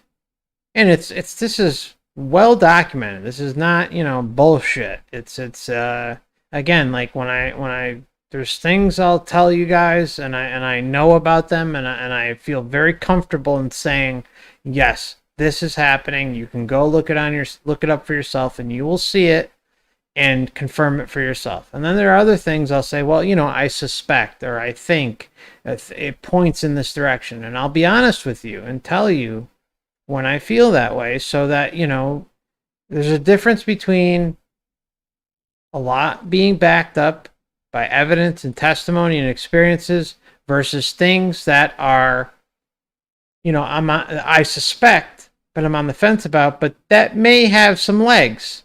And they're just things to consider. That's all I'm trying to say. And I mean, terminal lucidity, holy shit. I mean, you have a person who's been battling Alzheimer's or dementia for 2-3 years, borderline comatose most of the day for weeks on end, months on end, not capable of even caring for themselves. And then all of a sudden, in their last few days of life, they're fully fluent. Last few hours of life, last few days, usually last few days, last few hours, or day of their death. They're able to have a full-fledged conversation as if they're freaking 20 years old. Fully lucid. That should tell you something, that the brain is again, I think the brain is just a governor to trap us, to make sure that we don't think too much, we don't do too much. It's this mechanism that just prevents us from finding ourselves fully or having full access to ourselves. Again, you go into another, you leave here, you pronounce your sovereignty, you go to another realm. Are you going to want to have another impediment like the brain? Think about it. You really want to have that? Hell no. That's really, really important stuff right there, my friends. So please keep those two topics in mind. Really, really important. Now, Really that's cellular memory. That has to be cellular memory. It is cellular memory. But what does that say, though, about what our composite is? In other words, most scientists would think that our consciousness, everything we are, is in our brains. Well, we are electrical beings. We are made up of light energy, and we are electrical. Just as you and I are speaking right now, and over the airwaves comes our voice. Yes. Our voices. Yes. This is all electronically produced. It is all sent out there magically. And so is our body. And so, you see, we are more in tune than we think we are. Well, all of that is true, but for the person with the radio out there, once you and I have said what we have said, it rushes past them, they hear it, but they don't encounter it again, unless we replay it. But I mean, under normal circumstances, it may continue on into space forever, as radio signals are said to do. And they do. But they don't encounter it again, though.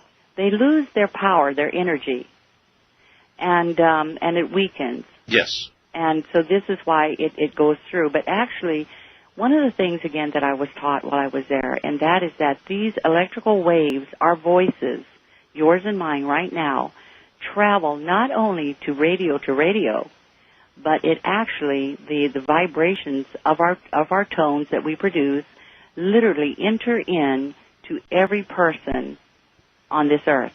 A collective. Yes. And it is through these tones that they caution me that understanding the tones is very important, because we can raise or lower the vibrations of an individual by the tones in our voice. What is the present state of the collective, Betty? Right now, the reason why this earth is going through the tremendous change that it is obviously heading towards is a true indicator of where we are collectively. We are in a very low, very negative vibration. This can be raised. All of this does not need to happen. It absolutely can be changed if we change our level of thought, if we change our level of our deeds, because everything that we do is given a value, an energy. We talk about, and I believe in numerology. I believe in astrology. I believe in all of that. Those are tools. It's just misused sometimes by people. But speaking about numerology today. Okay. Numerology and astrology are what the controlling parasites who run the physical realm, use to steer things in certain directions.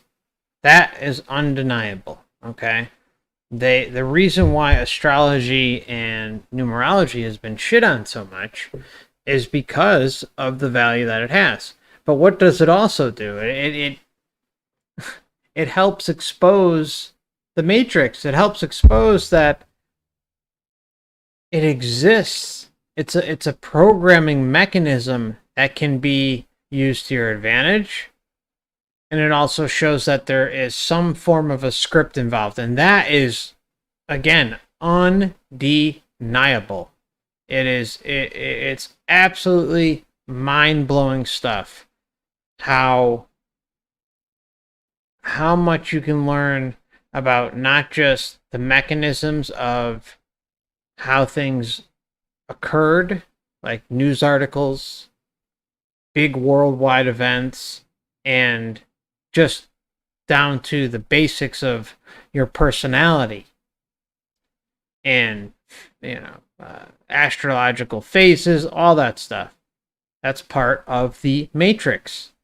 And the pieces of shit that run this place know how to take advantage of that to the maximum. They know all of it. And that's why they have tried to make it hard for people like us to decode it and use it to our advantage, because they're using it for their advantage. But it's a matrix mechanism in place that, again, mostly helps, almost fully helps, the parasites that run this place in the physical, and it's linked in with the astral, okay? But we're mostly talking about how it links in with the parasites in the physical, okay? Whatever they are. Is 9999. I know. And so this is kind of a fearful day for many people, because they have looked forward to this day, and some people with trepidation, with a tremendous amount of fear. And this is why I continue out there with my work, Art, because I want to help people overcome fear. I want to raise the vibrations. I want to dispel fear, because fear and guilt are our heaviest energies. Fear, guilt, and of course shame. And what do we call this? Everything that goes on here. Constantly, I say it on the channel. It's the fear, guilt, shame matrix. Fear, guilt, shame matrix. If it can get you to live in fear, shame, and guilt, it's got you. It's got you by the balls, or whatever. Okay, so don't give it power. That's why I keep saying to so many of you, like in the astral projection Discord, don't worry about whatever the hell's going on in the news or this or that. I'm not telling you not to look and stay informed a little bit, but don't dedicate every single day to look at it. I mean, I'm lucky if I look at what's going on once a month, and most of the stuff I get from you guys. So don't fall for that crap. You deserve better than that. Remember, what will be what will be. I am not saying don't do your own research. All I'm saying is pace yourself. Don't let the Matrix come and, get its arms around your throat. Don't allow it. There's not much we can do. Not saying don't be informed. I'll say that again. Just be careful with how much you let into your world. Remember, they're all about programming you. So if they can keep you on the edge of your seat and keep you in fear, they're winning. That lowers us. That lowers the self-worth. Everything goes to the lowest energy. For those that must believe in Satan, and Satan does exist as an energy of negativity. He does. But, yes. And as God exists. As a positive. That's exactly right. Oh, now, I really haven't heard too many people who've been been through what you've been through say that. Satan exists as an energy. Yes. A negative energy. He opposes the energy of God. As God exists as a positive energy. Absolutely. Oh.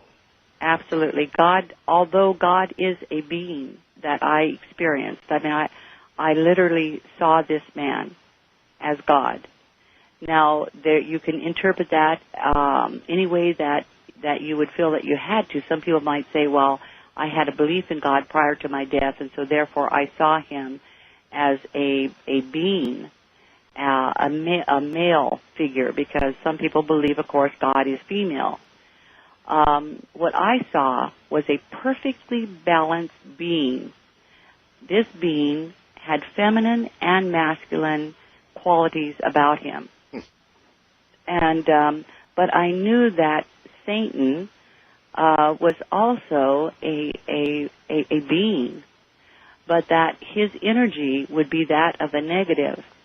And because in order for us to experience Earth and all that we would want to create, we would have to have that energy, just like we have to have up and down and north, south, east, and west. Yes. We must have the opposing force. Just like strengthening a muscle, you must have that opposing force in order to build that muscle. No, bullshit. You don't need anything to build any muscle. That's duality in your face, not just here, but in the attached astral realms. You don't need that. You do not need that, my friends. That's another control mechanism to get you to think that duality, it just is. Duality is the way it is, and there's no way around it. That's what she's saying. Don't listen to her. She's full of shit. And she's full of shit about a lot of this, but that's because she had an experience. And I'm not trying to, if Betty, if you somehow listen to this at some point, I'm not trying to be an ass, but, you fell for some shit, and we've figured out that this reality is all about trickery and deception. Remember, all they have, my friends, is illusions and deceptions. That's all they have. That's it. They rely on us being lost in the sauce and getting so engulfed in this realm and the familiarity between this realm and the astral realms. You know that a lot of the astral realms even look and resemble Earth? Not exactly, but somewhat similar, very similar. And that's kind of a big thing to say. And I'm not saying that all of the astral realms that are linked to here look like that. But what I am saying is that there is that continuity of familiarity that they have put in place, and that's there for a reason. It's there for you to cross over or have a near-death experience or die and be familiar with your surroundings. That's subliminal bullshit, subconscious bullshit. And it carries over between the realms in an effort to keep you here. Point blank. And to have faith, you must have the opposing. Faith. Betty, Faith. I've talked to a lot of people on the radio who don't believe in God. Oh, yes, I know there are. I mean, they just flat don't believe in God. Right. Now, what about those? I don't blame these people. They were probably raised much like I was.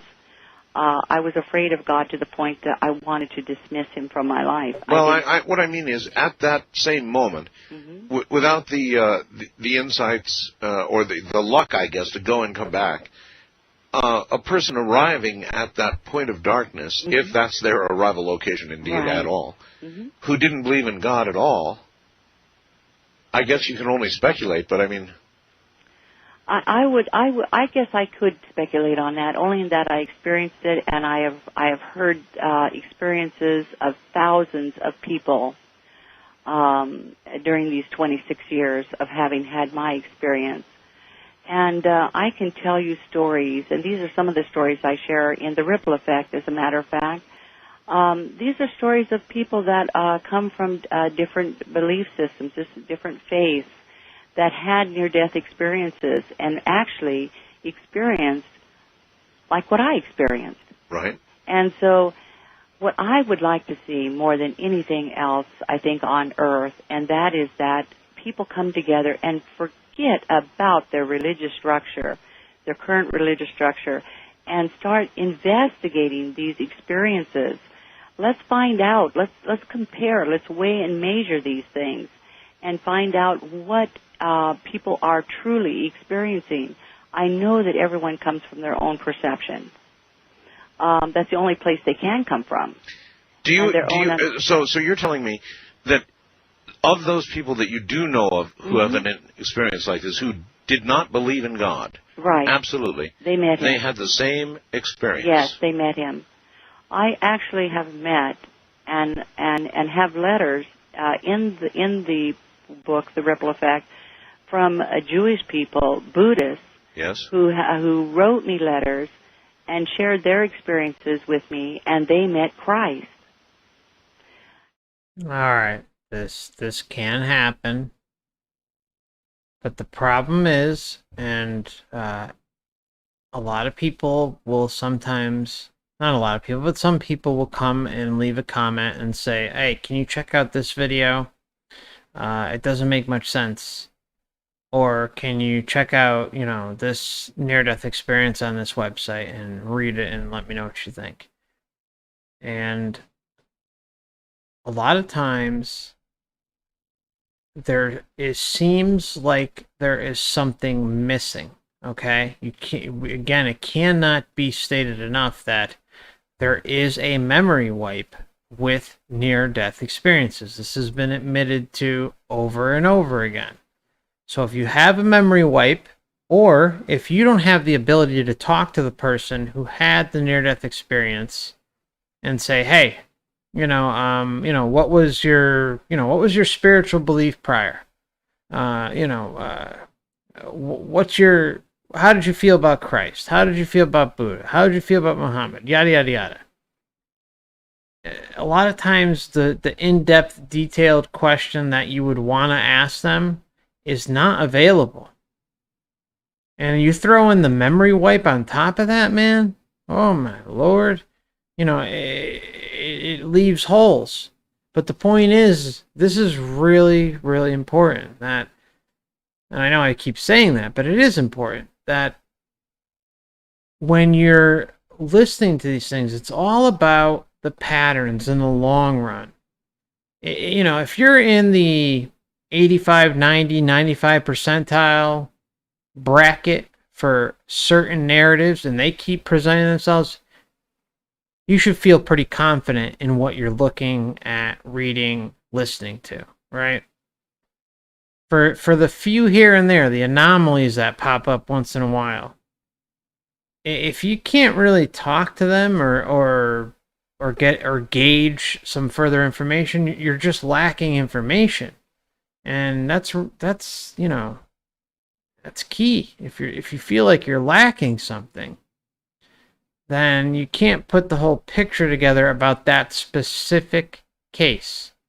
But when you group in together the ones that you see the patterns for and the ones that you might not even have patterns for, most of the time you're going to see some sort of consent. Most of the time you're going to see some sort of interruption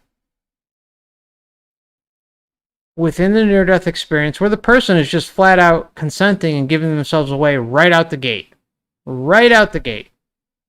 So all you have to really do is identify that. If you can see that somebody having a near-death experience is automatically, drawn to the light, going to the light, communicating with something, dead, deceased family members, whatever the deceased pets, religious figures.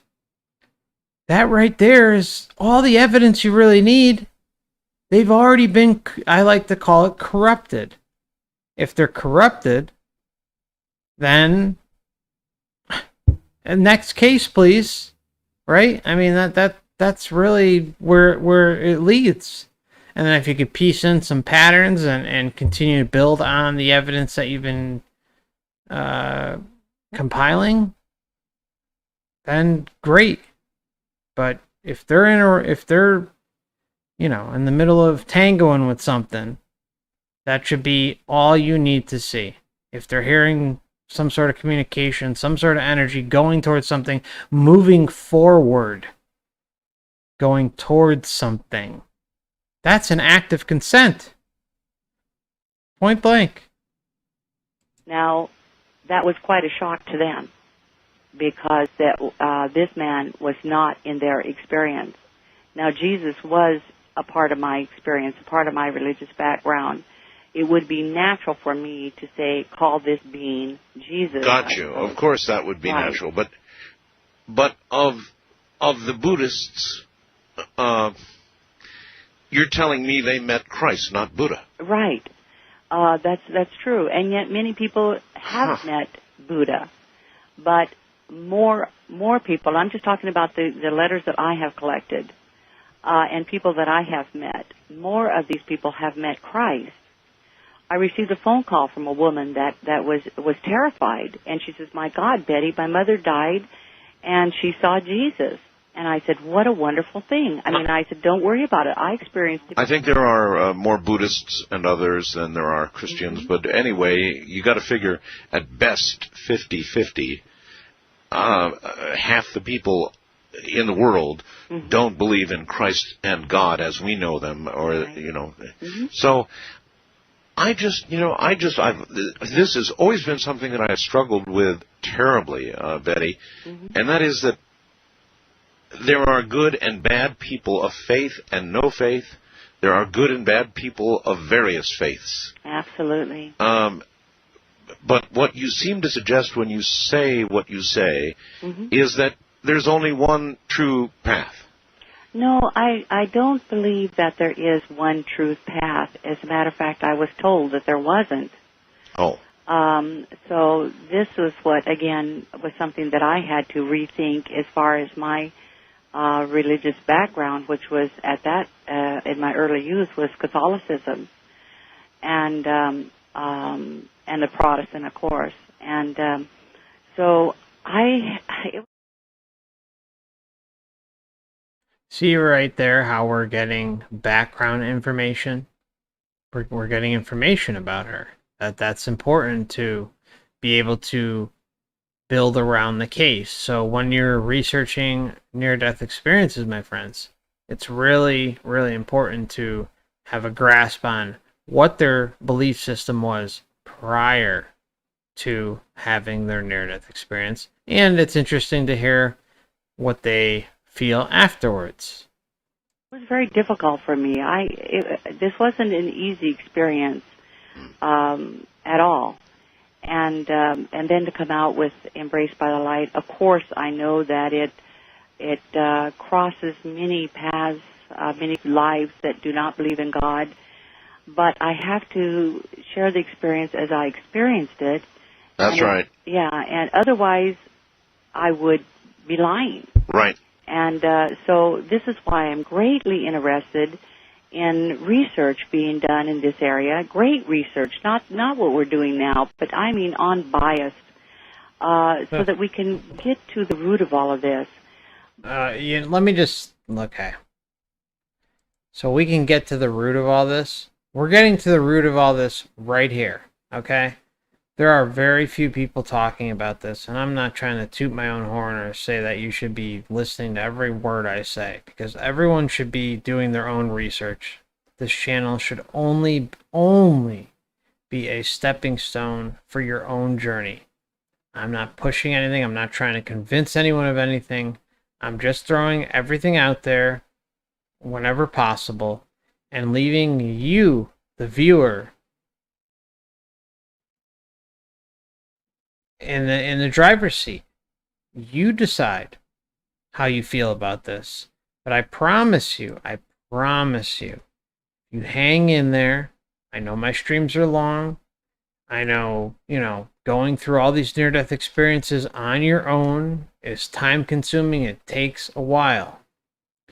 Going through all the other categories that have been discussed on the channel, like pre-birth memories, trip reports, astral projection, deathbed visions and visitations, after-death communication. I mean, there's so many different things. all this stuff fits like a glove. It fits like a glove. And you can see how these mechanisms all play a role in the big, gigantic ball of fuckery. All right? And how we ended up in this bullshit, and how that we have control. Consent. Consent. That's it. Sovereignty. Consent. Liberation. We have it all. All they have are illusions. I know I said it earlier, but all they have is illusions and deception. We're in the driver's seat.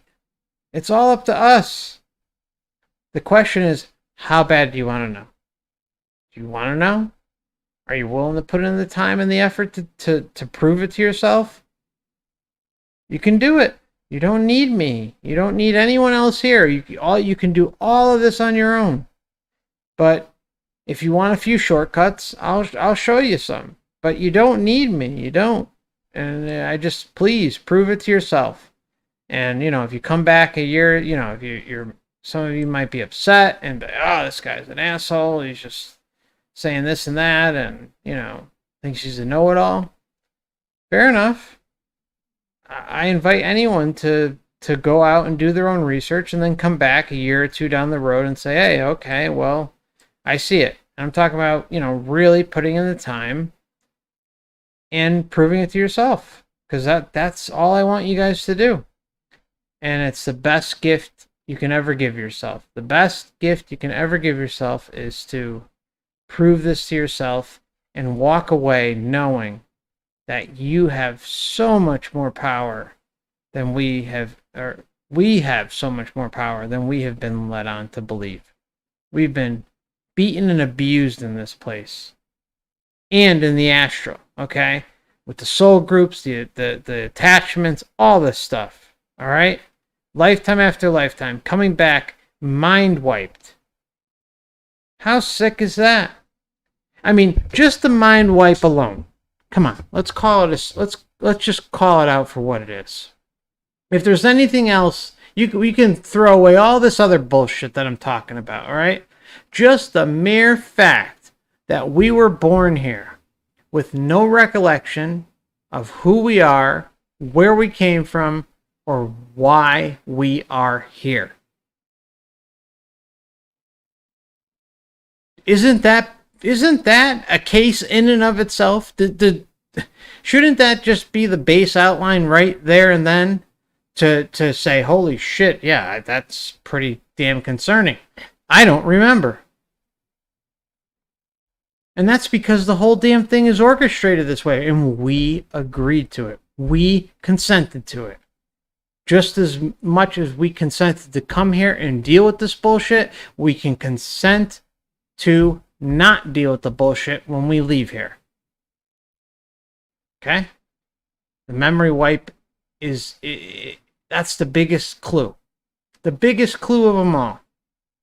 You don't need anything else but that. Just to start your base research. So please, just remember that. Do what you got to do. I promise you.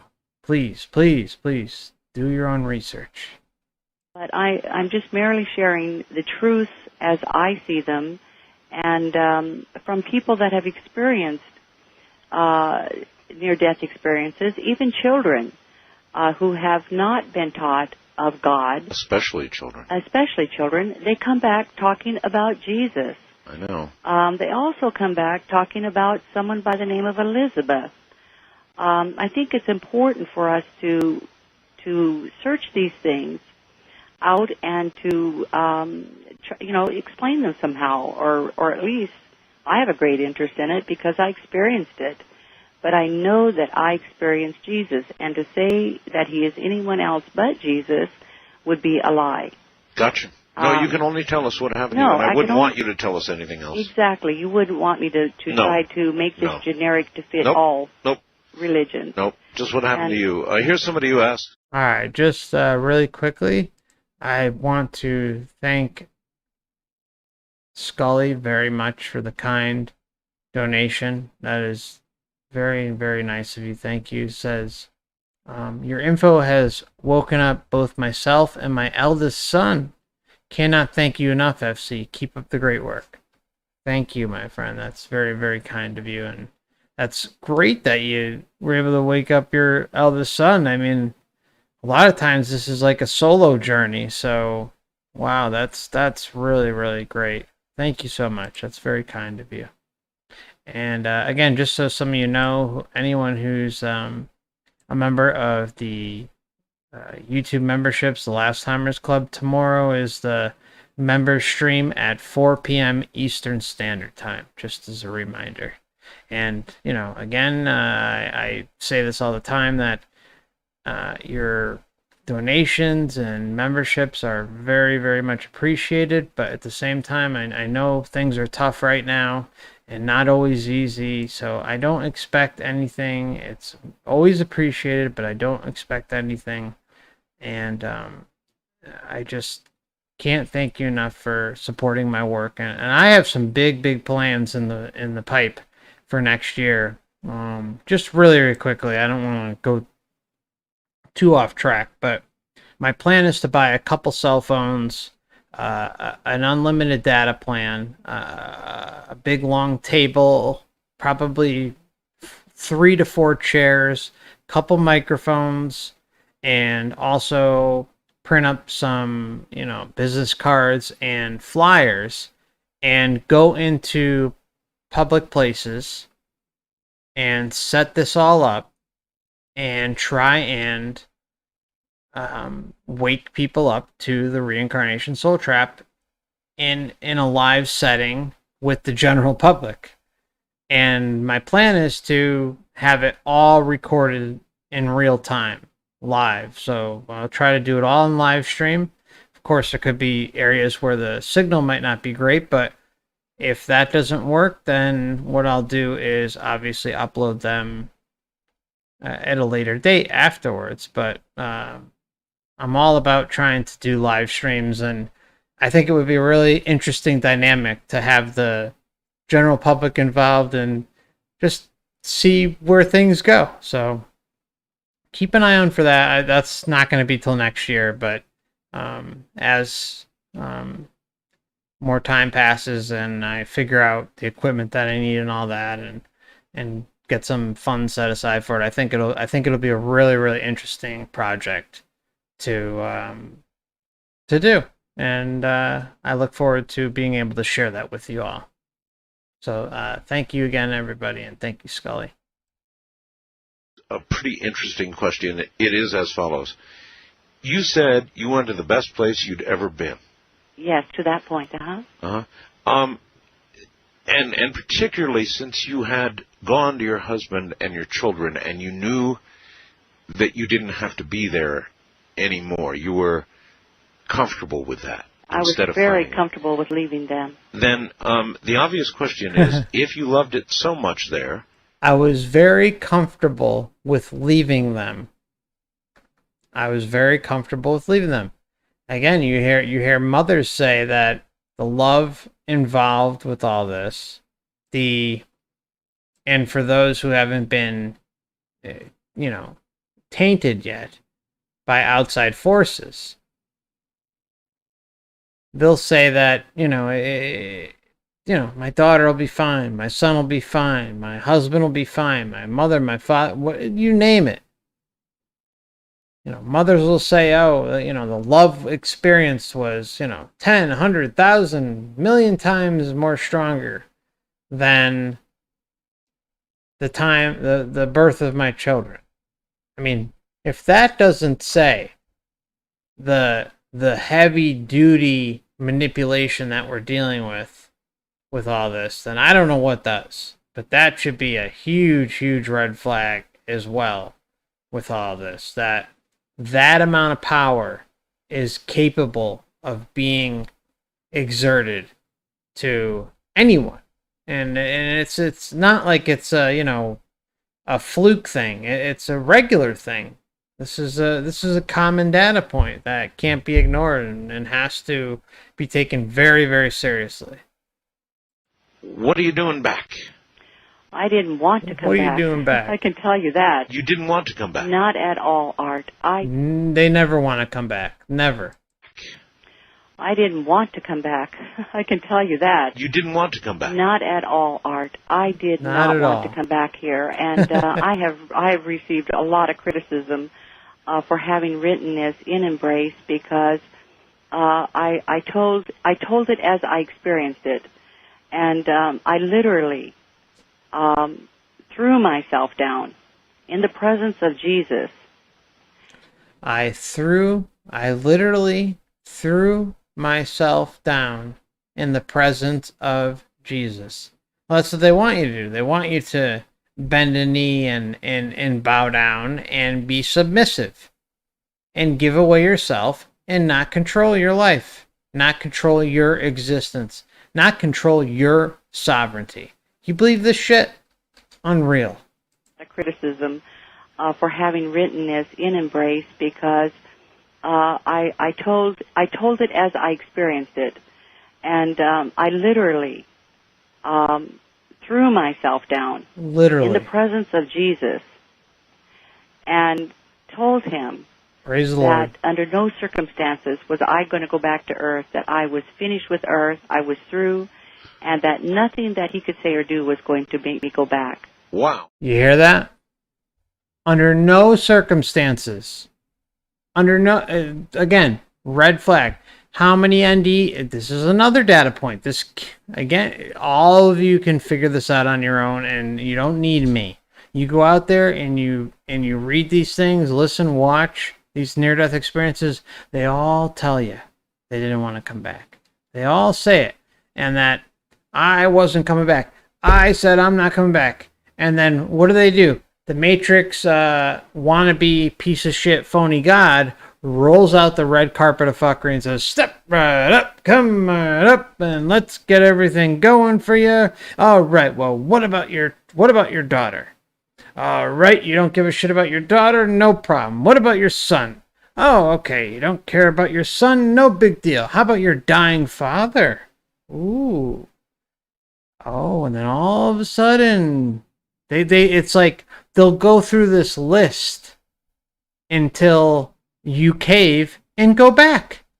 I know it sounds harsh the way I'm presenting it, but that's just the way it is. I'm not the one making the rules. I'm not the one, I'm just interpreting what I see, the data. It just is what it is. So, but that's how it happens. They roll out this red carpet, this all-you-can-eat buffet of fuckery, until they get their way. If you're not meant to come back, if you have truly not, if you're not up for a real death experience and cross over back into the recycling system, they send you back. And they figure out a way to tug at your heartstrings or mess with you until you consent. As soon as you consent, or as soon as you make some sort of movement that implies consent, or there's some sort of energy wave involved, there's all sorts of little things going on there. But the point is, it always results in the same: coming back. And these people will say time and time again, "I'm not coming back. There's no way I'm coming back. Blah, blah. Why was I sent there? I didn't want to do with this. I didn't want to come back." And they do. I didn't want to deal with this. I was perfectly fine where I was. And they come back. And not, again, red flags all up in this place. All over your face. And, you just can't be ignored. Can't, my friends. Can't. It's just too much. It's too obvious. But it's all about just piecing it together. And everyone can do that. So please, do your own research. And told him, early criticism for having written this in Embrace because I told it as I experienced it. And I literally threw myself down in the presence of Jesus and told him that under no circumstances was I going to go back to earth, that I was finished with earth, I was through, and that nothing that he could say or do was going to make me go back. Nothing. Wow. Nothing. I know that you were there with an attitude, huh? I had an attitude. I really did, and I'm being honest about that. And they played you like a fiddle. I'm not that big of a person, but I'll tell you, when you're raised in Indian boarding schools, you learn how to fight. You come up with your own thoughts, your own mind. I love how she's like, oh, well, in an Indian boarding school, basically, you grow hair on your legs, even if you're a woman. But she's back here. Nothing else. She could say nothing else. And just the mere fact that this story is being shared is all that you need to know. And I was not going to be sent back to Earth, even if Jesus had told me I had to. And I you're know here. People say that's blasphemous. I don't care what they call it. That is what I did. No, all I want is what actually happened, and it's pretty amazing. Yes, it was amazing. I look back on it, and I'll tell you, I'm embarrassed. I'm embarrassed by it because, that was pretty gutsy. Yeah. No, she's embarrassed because she ended up back here and, realized what a sheep she was. All right, maybe that was a little too far. Sorry. That definitely was. But what was amazing... It's like having a burning bush go next to you. Absolutely. I expected the burning bush and the full wrath of God to land upon me, but I'll tell you, I could not come back. Not after experiencing that tremendous love. I couldn't. My spirit, my soul just cried out for something else, and I just could not come back. Well, apparently we don't always get what we want. No, and what happened next amazed me as well, and that was that Jesus, who I knew to be Jesus, laughed. Laughed? Laughed. A very humorous laugh. Oh, really? Yes. And he said, let us show you what your mission is. And then after that, if you make the decision. And I knew that nothing he could tell me, nothing he could show me was going to do it. Ever convince me. All right. And so I agreed to that. I said, okay, I agree to that. Okay, take your best shot. Yes, give it your best shot. And he said, I will show you, but after it is shown to you, he said, it will be removed from your consciousness because you cannot take it back with you. And I agreed to that.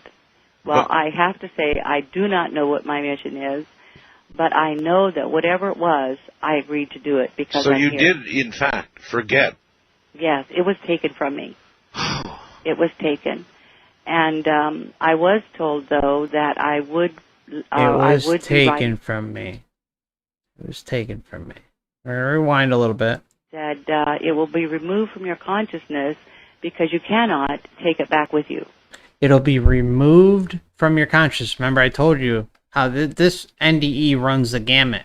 This is an acknowledgement of the NDE mind wipe prior to coming back. Again, you're born here under the veil of forgetfulness. People have near-death experiences, and they deal with the veil of forgetfulness. I mean, really, how much more obvious can it get? Well, I'm going to rewind just a little bit because this is a really, really important moment where she is one of the cases that acknowledges the mind wipe in a near-death experience. What's your best shot? And he said, I will show you, but after it is shown to you, he said, it will be removed from your consciousness. It will be removed. Because you cannot take it back with you. You cannot. And I agreed to that. And she agreed to it. You cannot take it with you. And she goes, I agreed to it. I consented. Talk about in our face. Just smacking us upside the face and just right up there. I have to say, I do not know what my mission is, but I know that whatever... I do not know what my mission is, but... And I agreed to that. Well, I have to say, I do not know what my mission is, but I know that whatever it was, I agreed to do it because So I'm you here. did, in fact, forget. Okay, and I'm sorry to interrupt this again, but we talked about this how many times on the channel, too, about these mission. I was on a mission. I'm on a mission. I'm part of the 144,000 or the volunteers, as good old Dolores Cannon likes to say. I mean, all this stuff is just, this whole reality is just set up, ready and waiting to just pick you up and just say, okay, all right, next. And as long as they can get you, that's all that matters. It's just unbelievable. She's just like, oh, no big deal. I'm on a mission. I have something to complete, but I don't know what it is. And what was it? Oh, I'm going to write a book and taint 10 million plus people into thinking that, Earth is a learning experience. You're here for lessons. You're here for spiritual evolution. Even though in other NDEs, oh, I was all knowing and this and that and, blah, blah, blah, blah. Meanwhile, they're all knowing, but they come down here to this dense reality, this materialistic reality, and somehow, we become completely cut off from our true essence, our spirit self, our sovereignty. Everything and anything you can imagine is thrown up in our face. Come on. It's so obvious. It just takes some time. Just give yourself some time, my friends. That's all. For those on the fence. Yes, it was taken from me. It was taken. Taken. And I was told, though, that I would be writing a book. Now, you're talking about an Indian woman who never got past the 6th grade. And to write a book, much less to come back with this information and to share it with the world, I mean, after I came back, I went into deep depression. I told my husband about this, and I told him what I was told that I had to do, at least that portion of it. That was not the completed mission, but I knew that this was what I had to do. And I went to school, went back. I started studying. I took classes at the community college. I did whatever I could. Do you remember reviving? Do you remember going back to your body? Do you remember any of that? Yes, I do. I absolutely do. After they showed me everything in heaven that they wanted me to see. Yes. Then I was told that I needed to return, and I came back, and I remember entering my body, which was the most horrible thing that ever happened to me. It was my body was stiff, it was cold, it was clay-like, it was thick, embraced by the light. I said it was like crawling into some dirty coveralls, muddy, dirty coveralls. My spirit was absolutely repelled by the body. I felt free before, as a spirit I was free. I felt loved. I felt joy. I felt everything that was wonderful. And then to come back into this body was horrid. Well, then here's a good straight-on question for you. When I heard you when we began the interview, I had the sense that you almost wish you could die. I have really resisted that thought because I know that it goes against God's will. But I'm asking you to be bluntly honest, and that's what I heard in your voice. Okay, you want me to be bluntly honest with you, Art? That's right. Okay, Art, you want me to be bluntly honest? I can't wait to get the fuck out of here. I am not afraid of anything, and the reason I do not fear death is because it would be joyous to me should that happen. I have been reluctant to talk about that too much because my family does not like to hear it. Well, that was going to, of course, be my next question. Yeah. The attachments. What else is new? She's here. She's back. She got a big book. She loves her family just like we do. Or at least most of us do, I would think. We love our pets. Maybe we love nature. Maybe we like meditation and or food and whatever. You pick it. But she's talking about attachments. my family, which is reasonable. It's not like it's unreasonable. But the point is this how the Matrix functions. It functions on you getting stuck in the attachments. Why do you think they use the deceased family members or the religious figures or whatever energy they're going to use that is ingrained in your belief system when you cross over? Because that's your biggest pull. That's the biggest pull that they have available. Because you enjoyed that within you. You enjoyed your family or whatever the case may be. Whatever they're going to roll out there is something that they know that they can lure you in like a fishing pole within and get you back in the recycling system. That's just the bottom line. It sucks, but that's just the way it is. Your family would be very concerned, I would think, if you express that view to them. Well, they're not just to them. They asked me not to say it when I'm on tour because they said there are freaks out there. Yeah, there are. And someone might say, Betty, you want to go back to heaven? All right, I'll send you there.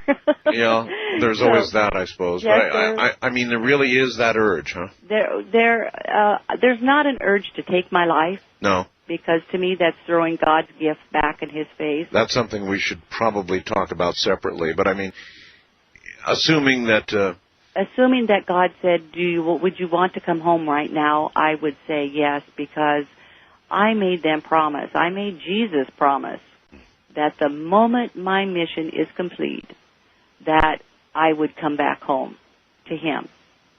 And he promised me. Now, I believe in God because I saw him. And I know that God would never lie. There's nothing but truth in him.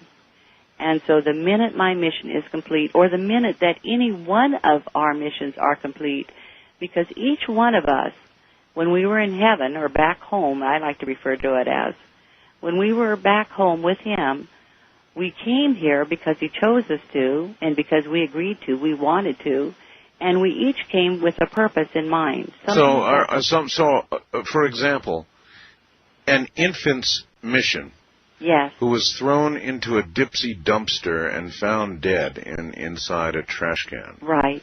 That infant's mission could be that. Exactly. And Yes. That's the infant's mission. That's the life script. The bullshit life script that is planned with your soul group or your council of elders or your guides in the astral that wind you up, get you sucked into their bullshit, and this has been well covered on the channel. If you want some insight into that bullshit, check out in order my commentaries of Destiny of Souls is the first one. There's a separate playlist for it, and then Journey of Souls is the first one, and Destiny of Souls is the second one. So I think you don't have to watch them in that order, but I think you'll get a much better picture, and it'll be a lot more fluent if you go with those. And those are past life regression cases with Michael Newton. And just to add on to that, the reason why I used Michael Newton's books is because they lined up with other past life regression researchers. So a lot of stuff that you hear in there is, again, there's patterns there. And you don't need me to prove this to yourself. It's all available out there. You know, you can go and look at all these past life regressions and cases that have been documented and cross-reference each one of them. And eventually, after enough reading and listening and watching, you can see where the fuckery is taking place and how it's all about us being sucked into these attachments, including our soul group, our guides, and council of elders. I mean, it's just, it's unreal how deep this stuff goes. But all the information's out there. Give it a shot if you're new. I promise you, it's the most rewarding research you can ever do for yourself. Know that goes against any normal thought that we could possibly or would possibly have. But you see, every action, every deed, everything that is permitted and allowed by God is for our growth. Rather, whether it is individual growth or collectively as a society. When we see this horror happening, then it is up to each one of us to make a change. And this is why we vote for the right people. This is why we set standards. We are all responsible for every corruptible thing here on this earth.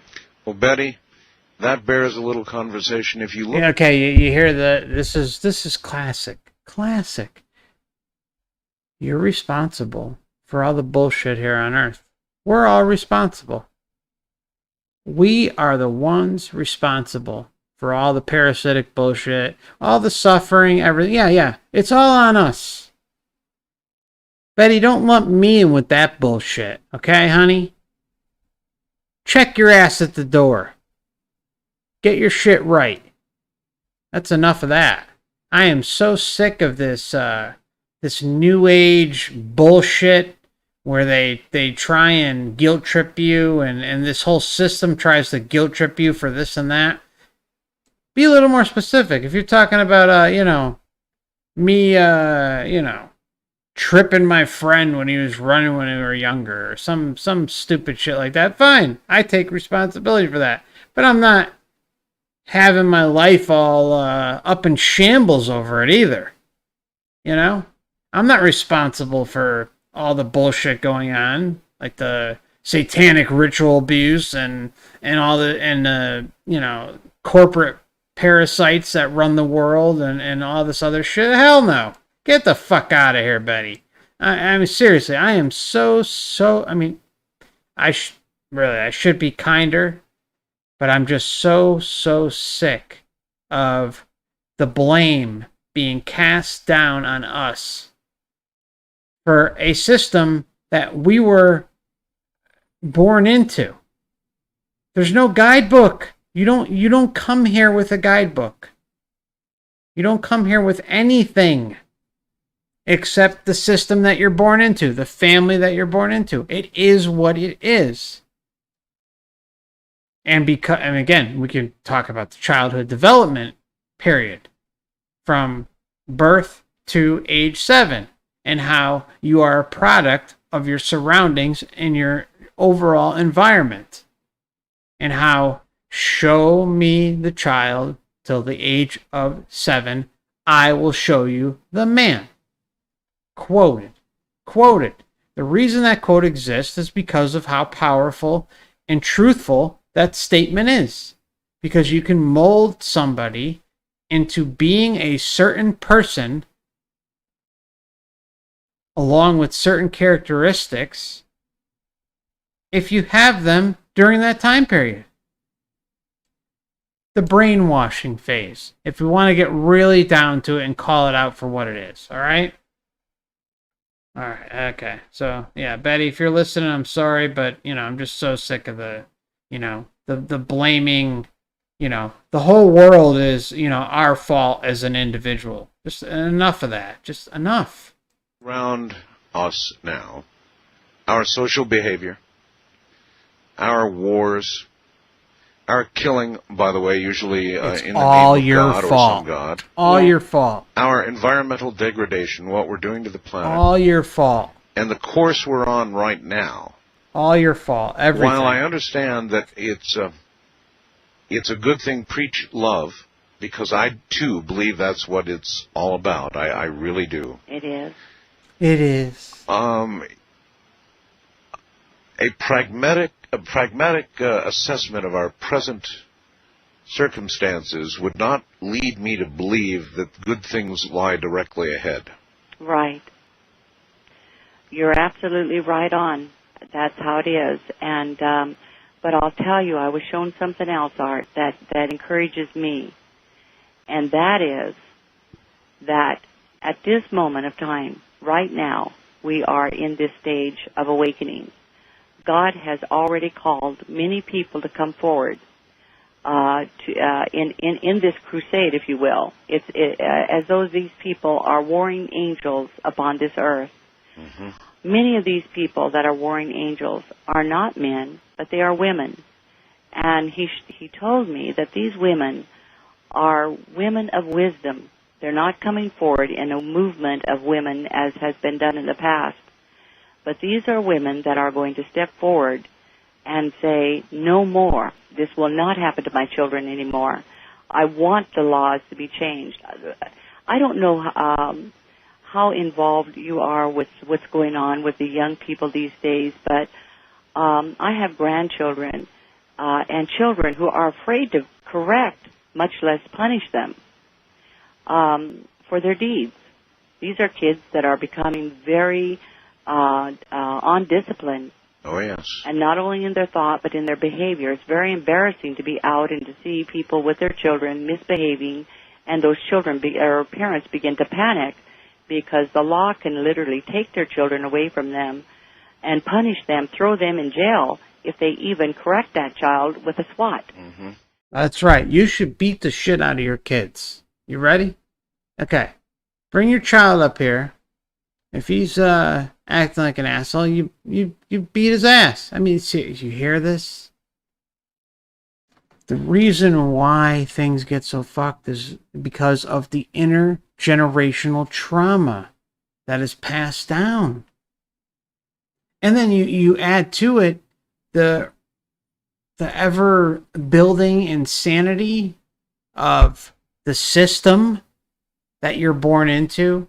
You know, the school system, the work system, the high stress, the minimum pay for most people. Granted, it was different maybe 30 years ago, 40 years ago. You theoretically could graduate high school and walk out and have a job with, if you stayed in the job, you can theoretically have a job with retirement benefits, medical plan, a pension, a decent amount of pay, and be able to support your family comfortably. All right? It was a little different back then. That doesn't mean that it still wasn't part of the same bullshit. Okay? Let's not forget that. But the point is there was a period in time when it was a little more fairer. Now it's just off the chains and ridiculous. Okay? So you know what I'm saying. It's just, what's the point? This is how we have torn apart our families have become torn apart. Well, that's what I meant by our social behavior. Yes, it has declined. There is this chance, because I was shown it. I literally saw it, that we can make a change and that this change is about to happen. And I'll tell you, we can do this through the power of our prayer, prayers were also shown to me as being the most powerful spoken words upon this earth. Everything. Let me just say this: intention, prayer, all that's great for the individual. And theoretically, I do believe that if used on a mass scale, it could possibly change things in a big way here. I do think that. But the problem is people are too far gone. If the balance, okay, is too much in tarred land, and tarred land's up here, and the awake level, the spiritually awake people who truly know that intention and things like that can improve their lives, and by proxy, if done together, can possibly change the collective, then cool. All right, that's good. But the point is when you're outnumbered by this amount, and you're in the wake level is down here, what the hell do you think is going to happen? There's no way to even test it out. It's ridiculous. There's no shift coming. There's no aliens coming to save us. There's no savior programming that's going to come down and magically, boop. Oh my God, Earth is just a blistering utopia. Oh my God, look at it. Everything's green. There's no pollution. Water's great. No fluoride, no GMO, no toxic anything, no pesticides, nothing. Oh my God, it's just me. No, that is not happening. Everything resides within us. It's all up to us. We can change things on an individual level and in small groups that may be like-minded, okay, who desire and know their power and know that they can make a difference in their lives and those around them who are open to it. If there isn't that door that's open, it's as good as it means nothing. You're fighting, you have one here and one there, and they're just, collapsing, and nothing's going to happen or colliding. That we speak with our mouth, we create everything, even our curse words. Illnesses are produced by the words that we use. Mm-hmm. We can change the energy on this planet by watching our words and by using positive things. Words and emotions and doing. How about go fuck the Matrix, Betty? You think that's okay? How about I'm sovereign and deal with it, and that's all there is to it. That okay? This can happen. It doesn't have to end the way I see that it could also go if we do not make these changes. What were the possibilities you were shown? Well, of course, you're not going to hear too much new from me. I think just about everyone speaks of this, and that is the tremendous weather changes. That was shown to me. The earthquakes. In fact, I live in an area. I actually saw all that could happen in this ring of fire that we have with the volcanic eruptions that are all not only possibilities, but of course they are predicted to happen. I saw the mountains, and that the mountains, tall mountains, literally laid down and became one with the valleys.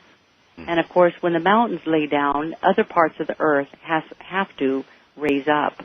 Mm-hmm. And so no one, people can say that they want to go to this state or that state to get away from anything, all the disasters. It's an impossibility. Because where something happens on one side of the world, something else is going to happen on another side. Earth changes, and there would be no escape. There is no escape from it, but except for that we can make a difference in changing this world by literally changing our minds about it. Mm-hmm. Yeah, I think there is some truth to that. But good fucking luck waking up the masses on a scale where that change can be implemented. Good luck. I mean, it's not like the systems in place today were not already well underway and running like a fine, a well-oiled machine back in the 90s or the early 2000s.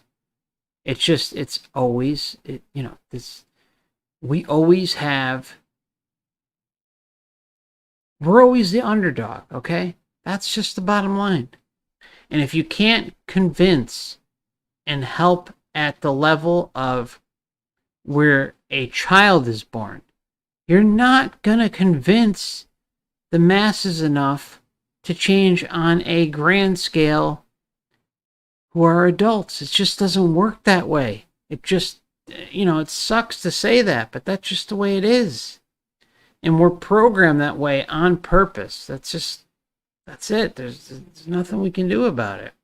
The best thing we can do is work on ourselves and continue to advance our gnosis and do what we can.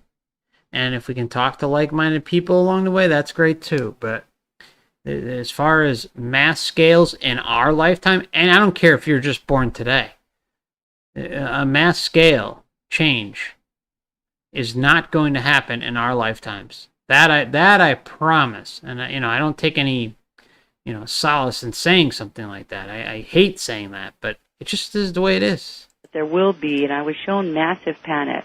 I was shown darkness that would come upon the earth. All the things that you have heard probably for eons about the earth, I was shown that was a possibility. We have produced this negativity. It's a negative energy, and it's brought to the point of destruction, total destruction. Betty, I interviewed some Hopi elders. Oh, yes. And what they told me was that, number one, they had no interest in coming on the air, really didn't want to come on the air, but came on the air because what they knew was coming, they said, has now begun. Yes, it's already begun. In other words, this is not something we're forecasting. We're here tonight, they said, to tell you it has begun. We're here. Now, even they did not say it could not be stopped or altered or mitigated in some way, but they said it's upon us now. Right. That was the message. There's no more time. It's now. Right. And I was shown that too. I actually was. And except for that, we can make a change, and I was shown that. That God does not destroy what He has created and thought was good, which was the earth. He created it, and He called it good. He will cleanse it, purify it. That will happen. Same word they used, actually, purification. Yeah. Oh, is that right? Yeah, purify. Okay, they will purify it. It has to go through the cleansing. It has to go through the purification. And that is going to happen. That purification and cleansing can come in two ways. Number one, it can come by the fire and destruction of the volcanoes. It can come by the cleansing of the floods. It can come by the purification of the blowing winds. It can come in all of those ways. Or it can come by our change of attitude and if we raise our vibrations. And this can all happen through the power of prayer.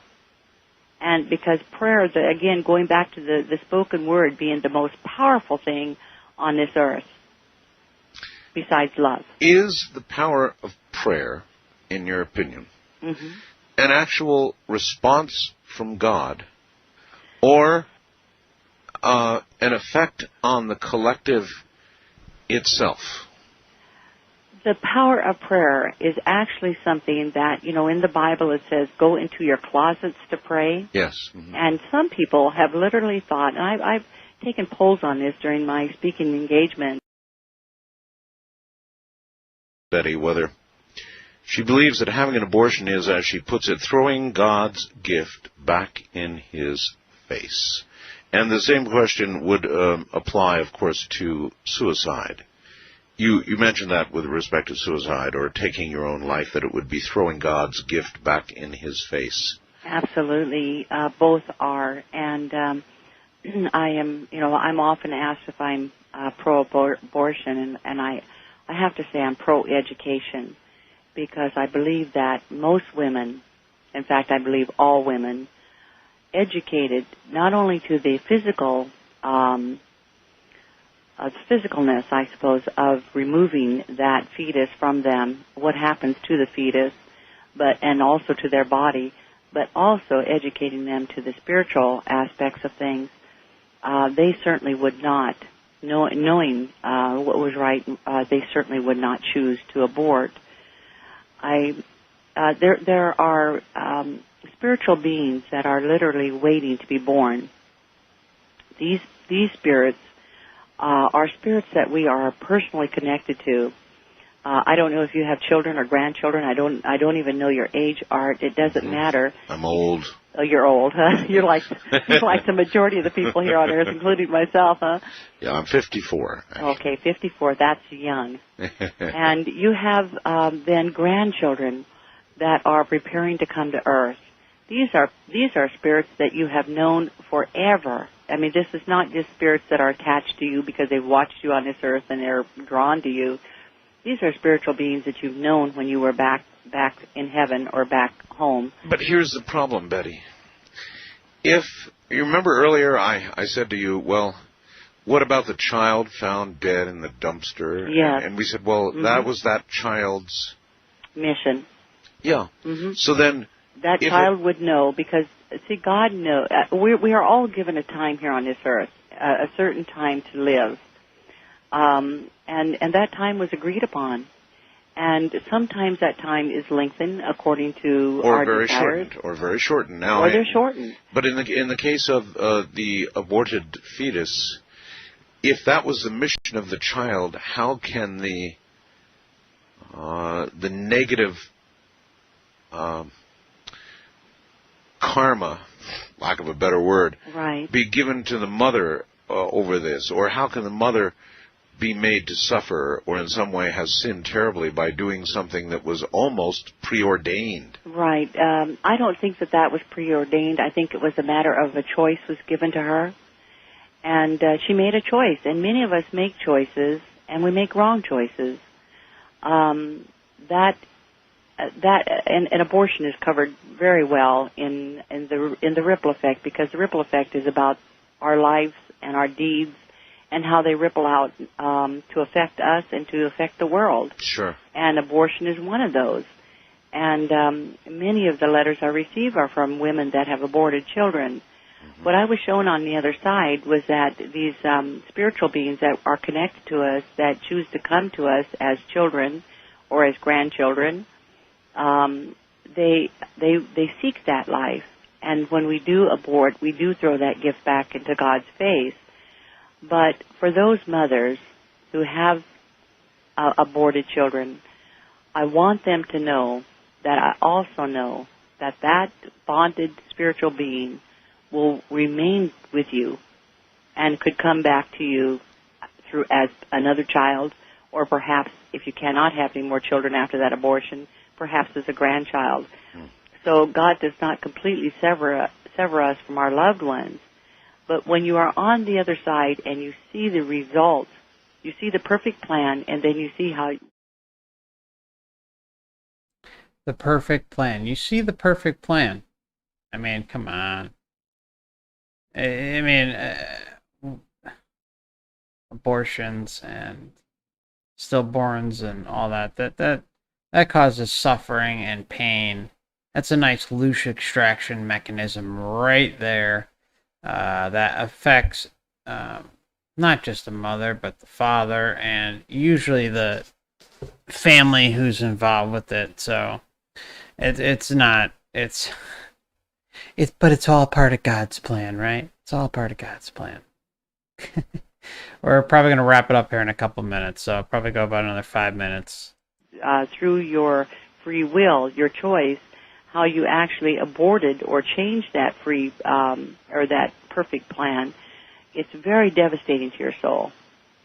And this is where the churches, when they talk about repentance, this is very true. We can be forgiven simply by changing our mind and not doing it again, and asking for forgiveness, and then more important than anything else, and that is to forgive yourself. Forgiving yourself is the hardest thing that there is to do. And when you cannot forgive yourself for something, you are absolutely not going to forgive another person for their deed. And that becomes that makes you a very judgmental person. There are universal laws that govern all of that. Betty, has there been any study of people who have attempted suicide and come as close to permanent death as you did, let us say? There are many people who have. In fact, after Embrace came out, I received a letter from a woman that actually had committed suicide. Right. And she had an experience, and I encouraged her to write her book, and her book was Beyond the Darkness by Angie Finnemore. I'll be darned. And what was the premise? What happened to her? Roughly? She attempted suicide, and she was sent back, and of course told not. She was shown hell. Now again, hell is almost like a metaphor. It's she was taken there and shown that this was something she would not want to do. Why is it any more metaphysical? She was shown that this is something she does not want to do. She was shown and told this is not something she would want to do. Because the Matrix doesn't want you. I'm not going to go there. I'm not going to go there. All right. So just a couple more minutes and then we'll wrap it up. Than the heaven that we talk about. And you know what? I'm not even saying that isn't even a possibility, because all I know is what I experienced, and I shared it as perfectly as I can, and I know Angie did too. And there's a Sandy Rogers who wrote a book. I can't recall her book, but she attempted suicide 9 times. On the 9th time, which sounds kind of strange because we always hear about the cat having 9 lives, but this did happen to her. They tired of her doing this, and they told her, they said, Sandy, if you continue to do this, if you attempt this one more time, we're going to let you stay this time. Because there is nothing more hellish to the individual soul, to the spirit, than to, again, going back and using that same old phrase, throwing life back at God. Mm-hmm. You punish yourself with all of this, the hell, fire, brimstone, because you knew that as a spiritual being before you came here, that the greatest gift that God offers any one of us is life. The greatest gift they give you, that God gives you, is entrance into a meat suit in this insanely dense, ridiculous reality. That's his gift to you. Behold, my children, come down to earth and suffer. It's the greatest gift God could ever give. All right. I think we'll leave it at that. So, just really quickly, if you're new here, I do have 2 backup channels here on YouTube. They are located in the description. I also have an ODYSEE account where I do ODYSEE exclusive live streams on occasion, and feel free to sign up for that. If you're new to ODYSEE or haven't checked it out yet, there's an invite link there. If you use the invite link, it helps out the channel a little bit. It also gives you some free crypto as well. What else is there? Yes, if you'd like to consider joining the channel memberships, that is available. If you click the join button, you can see the 3 tiers. It's not going to sign you up. You'll get an idea as to what's included with each level.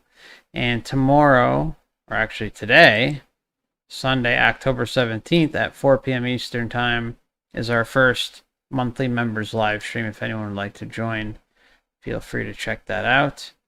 And I also have a Twitter and some other social media accounts that I really don't use. They're just there as an alternative way to stay in touch should something happen. And there is a website still being worked on, and I'm hoping to have it done by the end of the year, if not early next year. And I think that should be it, my friends. Very much appreciate you all spending time with me this evening. And if you gain something from this content, feel free to hit the like button. If you haven't, smash that dislike button.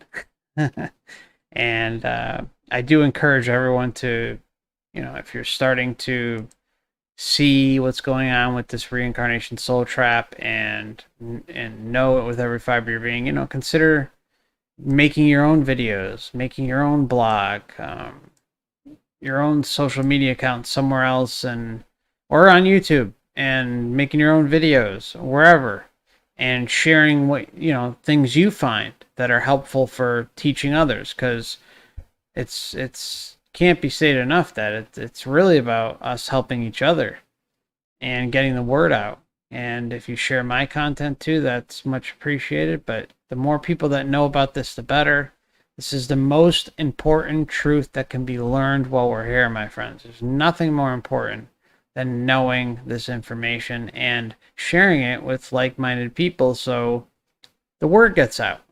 And eventually I'm hoping, there's already been a few people who watch the channel who are doing their own videos and own content, like Reddit, Enemy of 322, God Was Bored just did some great videos, or yeah, I mean, lots of good stuff out there. I also highly suggest checking Dan from Overwatch channel, the Overwatch channel, I think is the full name, and Wayne Bush, Tricked by the Light. Those are the two people I trust the most, who have been doing it for a long time, and especially Wayne Bush is just incredible, the information he's putting out there. And that's trickedbythelight.com. Trickedbythelight.com. There's also some interviews with him you can find online. I would suggest using DuckDuckGo and typing in maybe like Wayne Bush interview and then doing a video tab to get results. Otherwise, you're never going to find it on YouTube. I mean, you may, but it's usually a big problem for me to find stuff like that. So please, yeah, I mean, I can't recommend Wayne's site enough. You gotta check it out. Trickedbythelight.com. Trickedbythelight.com. Must see website. I mean, for those of you who haven't seen it, you can be stuck on there. I'm not joking. Probably months on end, and you'll just have endless reading that you can do. And if you're not big on reading, you can also set it up where the text to voice thing reads it out loud to you. There's so much there. So, all right, my friends, much love and blessings to you all. Stay safe. It's been fun. See y'all soon. And I also want to thank, really last minute, I want to thank again the members who have joined, and of course Scully for the very kind donation earlier. Thanks again. Take care.